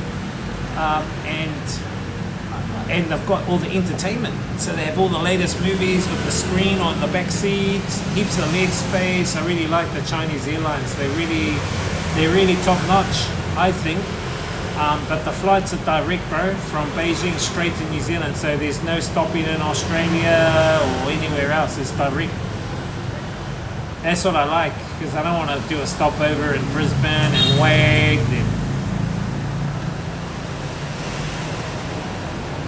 Yeah, China's good, bro. Yeah. Are you guys doing any trips at all? You guys from Hong Kong? I'm looking forward to Changsha. I've never been there. I've been watching videos of Changsha, and you know, it looks really cool. A lot of stuff to check out. I will do that tonight, make my itinerary tonight. Tomorrow start packing. Friday start cleaning, and then Saturday, yeah, I've got to take my rented motorbike back Saturday. Get some last minute G7 coffee for the whānau, and some of the xylitol chewing gums, I guess. I think I'll grab some xylitol chewing gum. Trips. I need to get booked tomorrow. Yeah, have you done any trips around China or the mainland? I was thinking of China for visa run, or Thailand. It's easy. It's easy, bro. China's good, bro. Way more. The infrastructure is really good. It's more budget friendly. Thailand's good too, bro. What would be a good 1 week for visa run? I don't think Shanghai would be good. Shanghai's kind of expensive. I think, yep, it's a tier 1 city. It depends. If you're into fast pace, and if you want to experience, the only reason why I say not Shanghai is because they don't have the street food carts there. It's more westernized, very westernized in Shanghai, because it's the business city. I would suggest to do, if you're into tech, Shenzhen. And also if you're into buying shit, Guangzhou. Heaps of places you can look at all the shit in Guangzhou or in Shenzhen tech. I would say if you're into some of the attractions, Xi'an will be cool. Beijing's okay too. The main tier 1 cities, you know, I haven't been to them all. I haven't been to Nanjing. Wuhan's alright. I think an exciting city would be Chongqing, up into Chongqing. Or if you're into something a more tier 2 city, maybe Kunming or Chengdu. Kunming, Chengdu, those are pretty cool. I think Shanghai's the biggest city, bro. Yeah, I think Shanghai's the biggest city. Oh no, in terms of population, I think Chongqing, they say, is because it's more spread out. It's kind of debatable between Chongqing and Shanghai. If I'm going for 1 week, I want it to be somewhat full itinerary. Just want to get a feel for place, not buying and not too touristy stuff, real life stuff.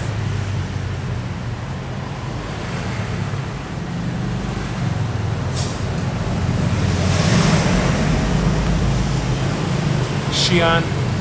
I enjoy Xi'an. I like Xi'an. They got beautiful chickas. They got the food. They got a mix of touristy stuff, nature stuff. I like Xi'an, man. And it's kind of budget friendly. The accommodation I was at was really cool. I was at a hostel there, Desti Hostel, and I DJ'd there, which is really cool. Even though you're not supposed to. But I was volunteering. So many people smoking in Chongqing. Yeah, that's the thing. Shenzhen is probably the play. Futuristic city. I wouldn't say it is. I think Chongqing's the futuristic city. I would say go to Shenzhen. I think Shenzhen is a lot of tech there, bro. Check out the tech food. I think Shenzhen will probably be your best bet. I mean, you can take a train or a fucking bus to Guangzhou. It's just around the corner. Or you can go through the border into Hong Kong. So you could do Shenzhen, Hong Kong and Guangzhou all in the same area pretty much without too much expense. You could hit 3 cities. I honestly would probably, if I was going there, out of the 3 cities to do 2, I would say Guangzhou and Shenzhen. Because the budget friendliness is similar. Hong Kong is a bit more expensive. It's just my opinion. Beautiful chickas, you got me. Spell the name. Hey. No. No. Xian. Xi'an. Xian.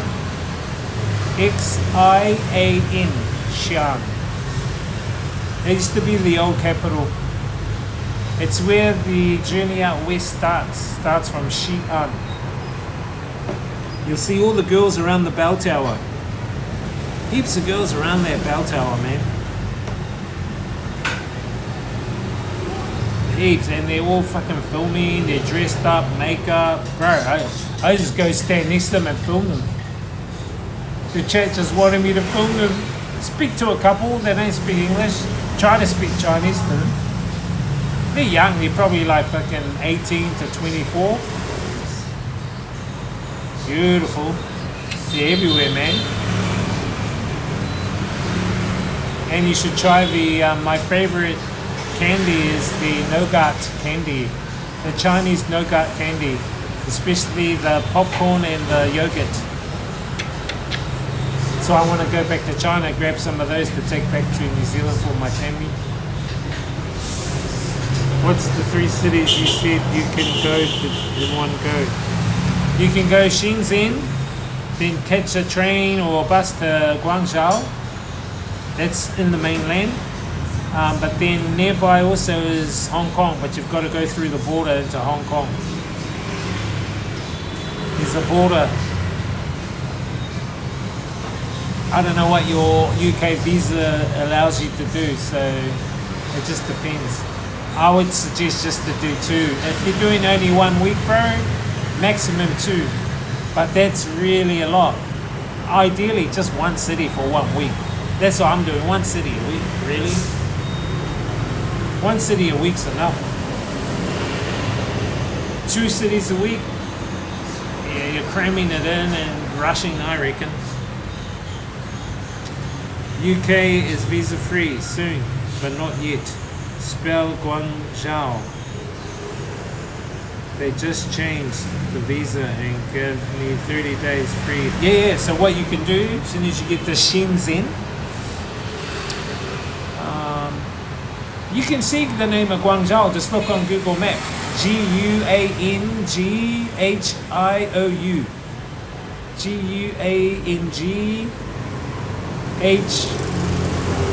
Guanghiou or some Guangzhou.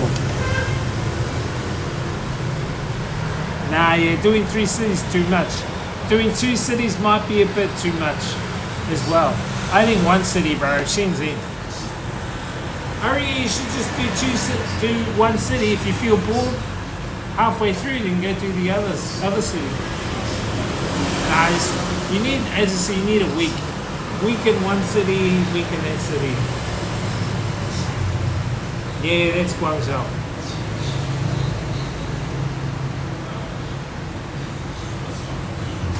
Alright, flights are cheap, bro.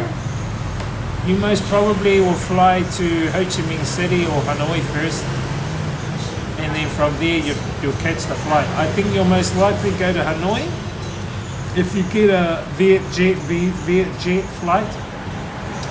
You get it from Da Nang to Hanoi, then Hanoi to Shenzhen. They run regular flights daily to those Chinese cities, quite a lot.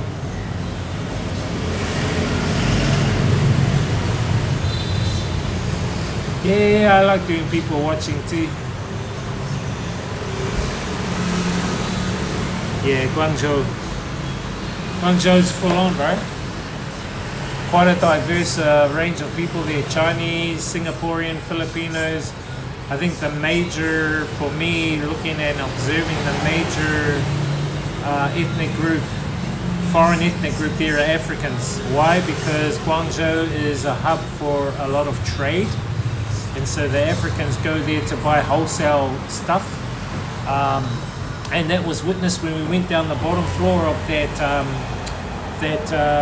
multiplex market that was selling digital products.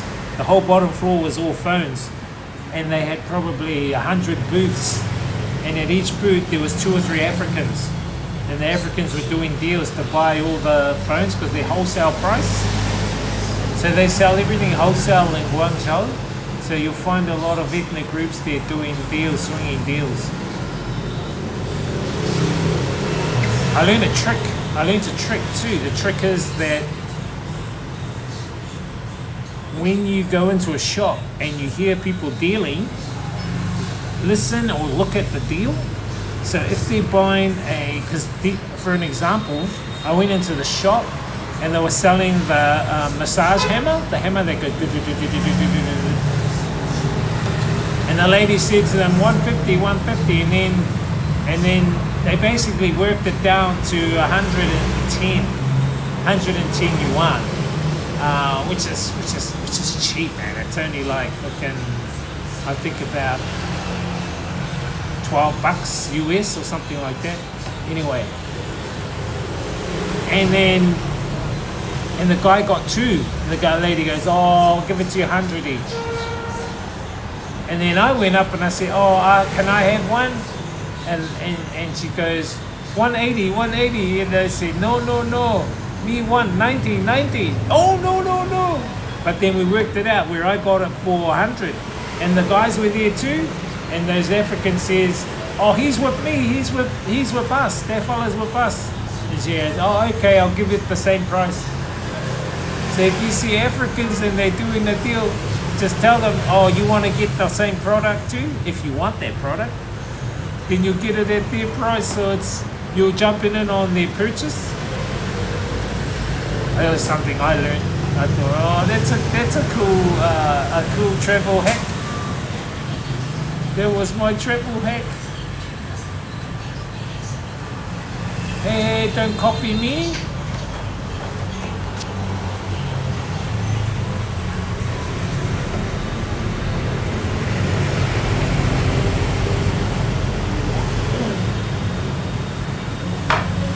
Anyway, chat, I'm gonna finish stream. Thank you guys for popping in. I know it's a short stream, chat. I know it's a short stream. I think we'll probably stream tomorrow night. That'll probably be our last stream. Friday I'll be too busy. Saturday, oh, maybe Saturday? Maybe Saturday we can stream as well. Saturday will be the stream. Friday I'm with the chicka. I'm with the chickas Friday. Saturday, probably stream Saturday. Head to the airport. That's us. China, we're on the way. Thank you, Ollie. Thank you, Shiny. Thank you, Green Team. Green Team for the win. Boom, boom. That's us. Thank you, guys. Appreciate.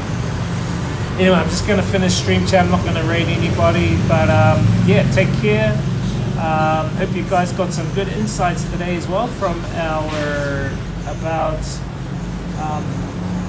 the many polycrisis in the world.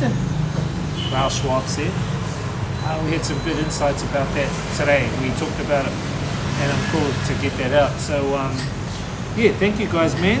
Enjoyed, shared it with you. See you guys on the next stream. Experience the journey, inspire others, live life, have a great life, not just a great day.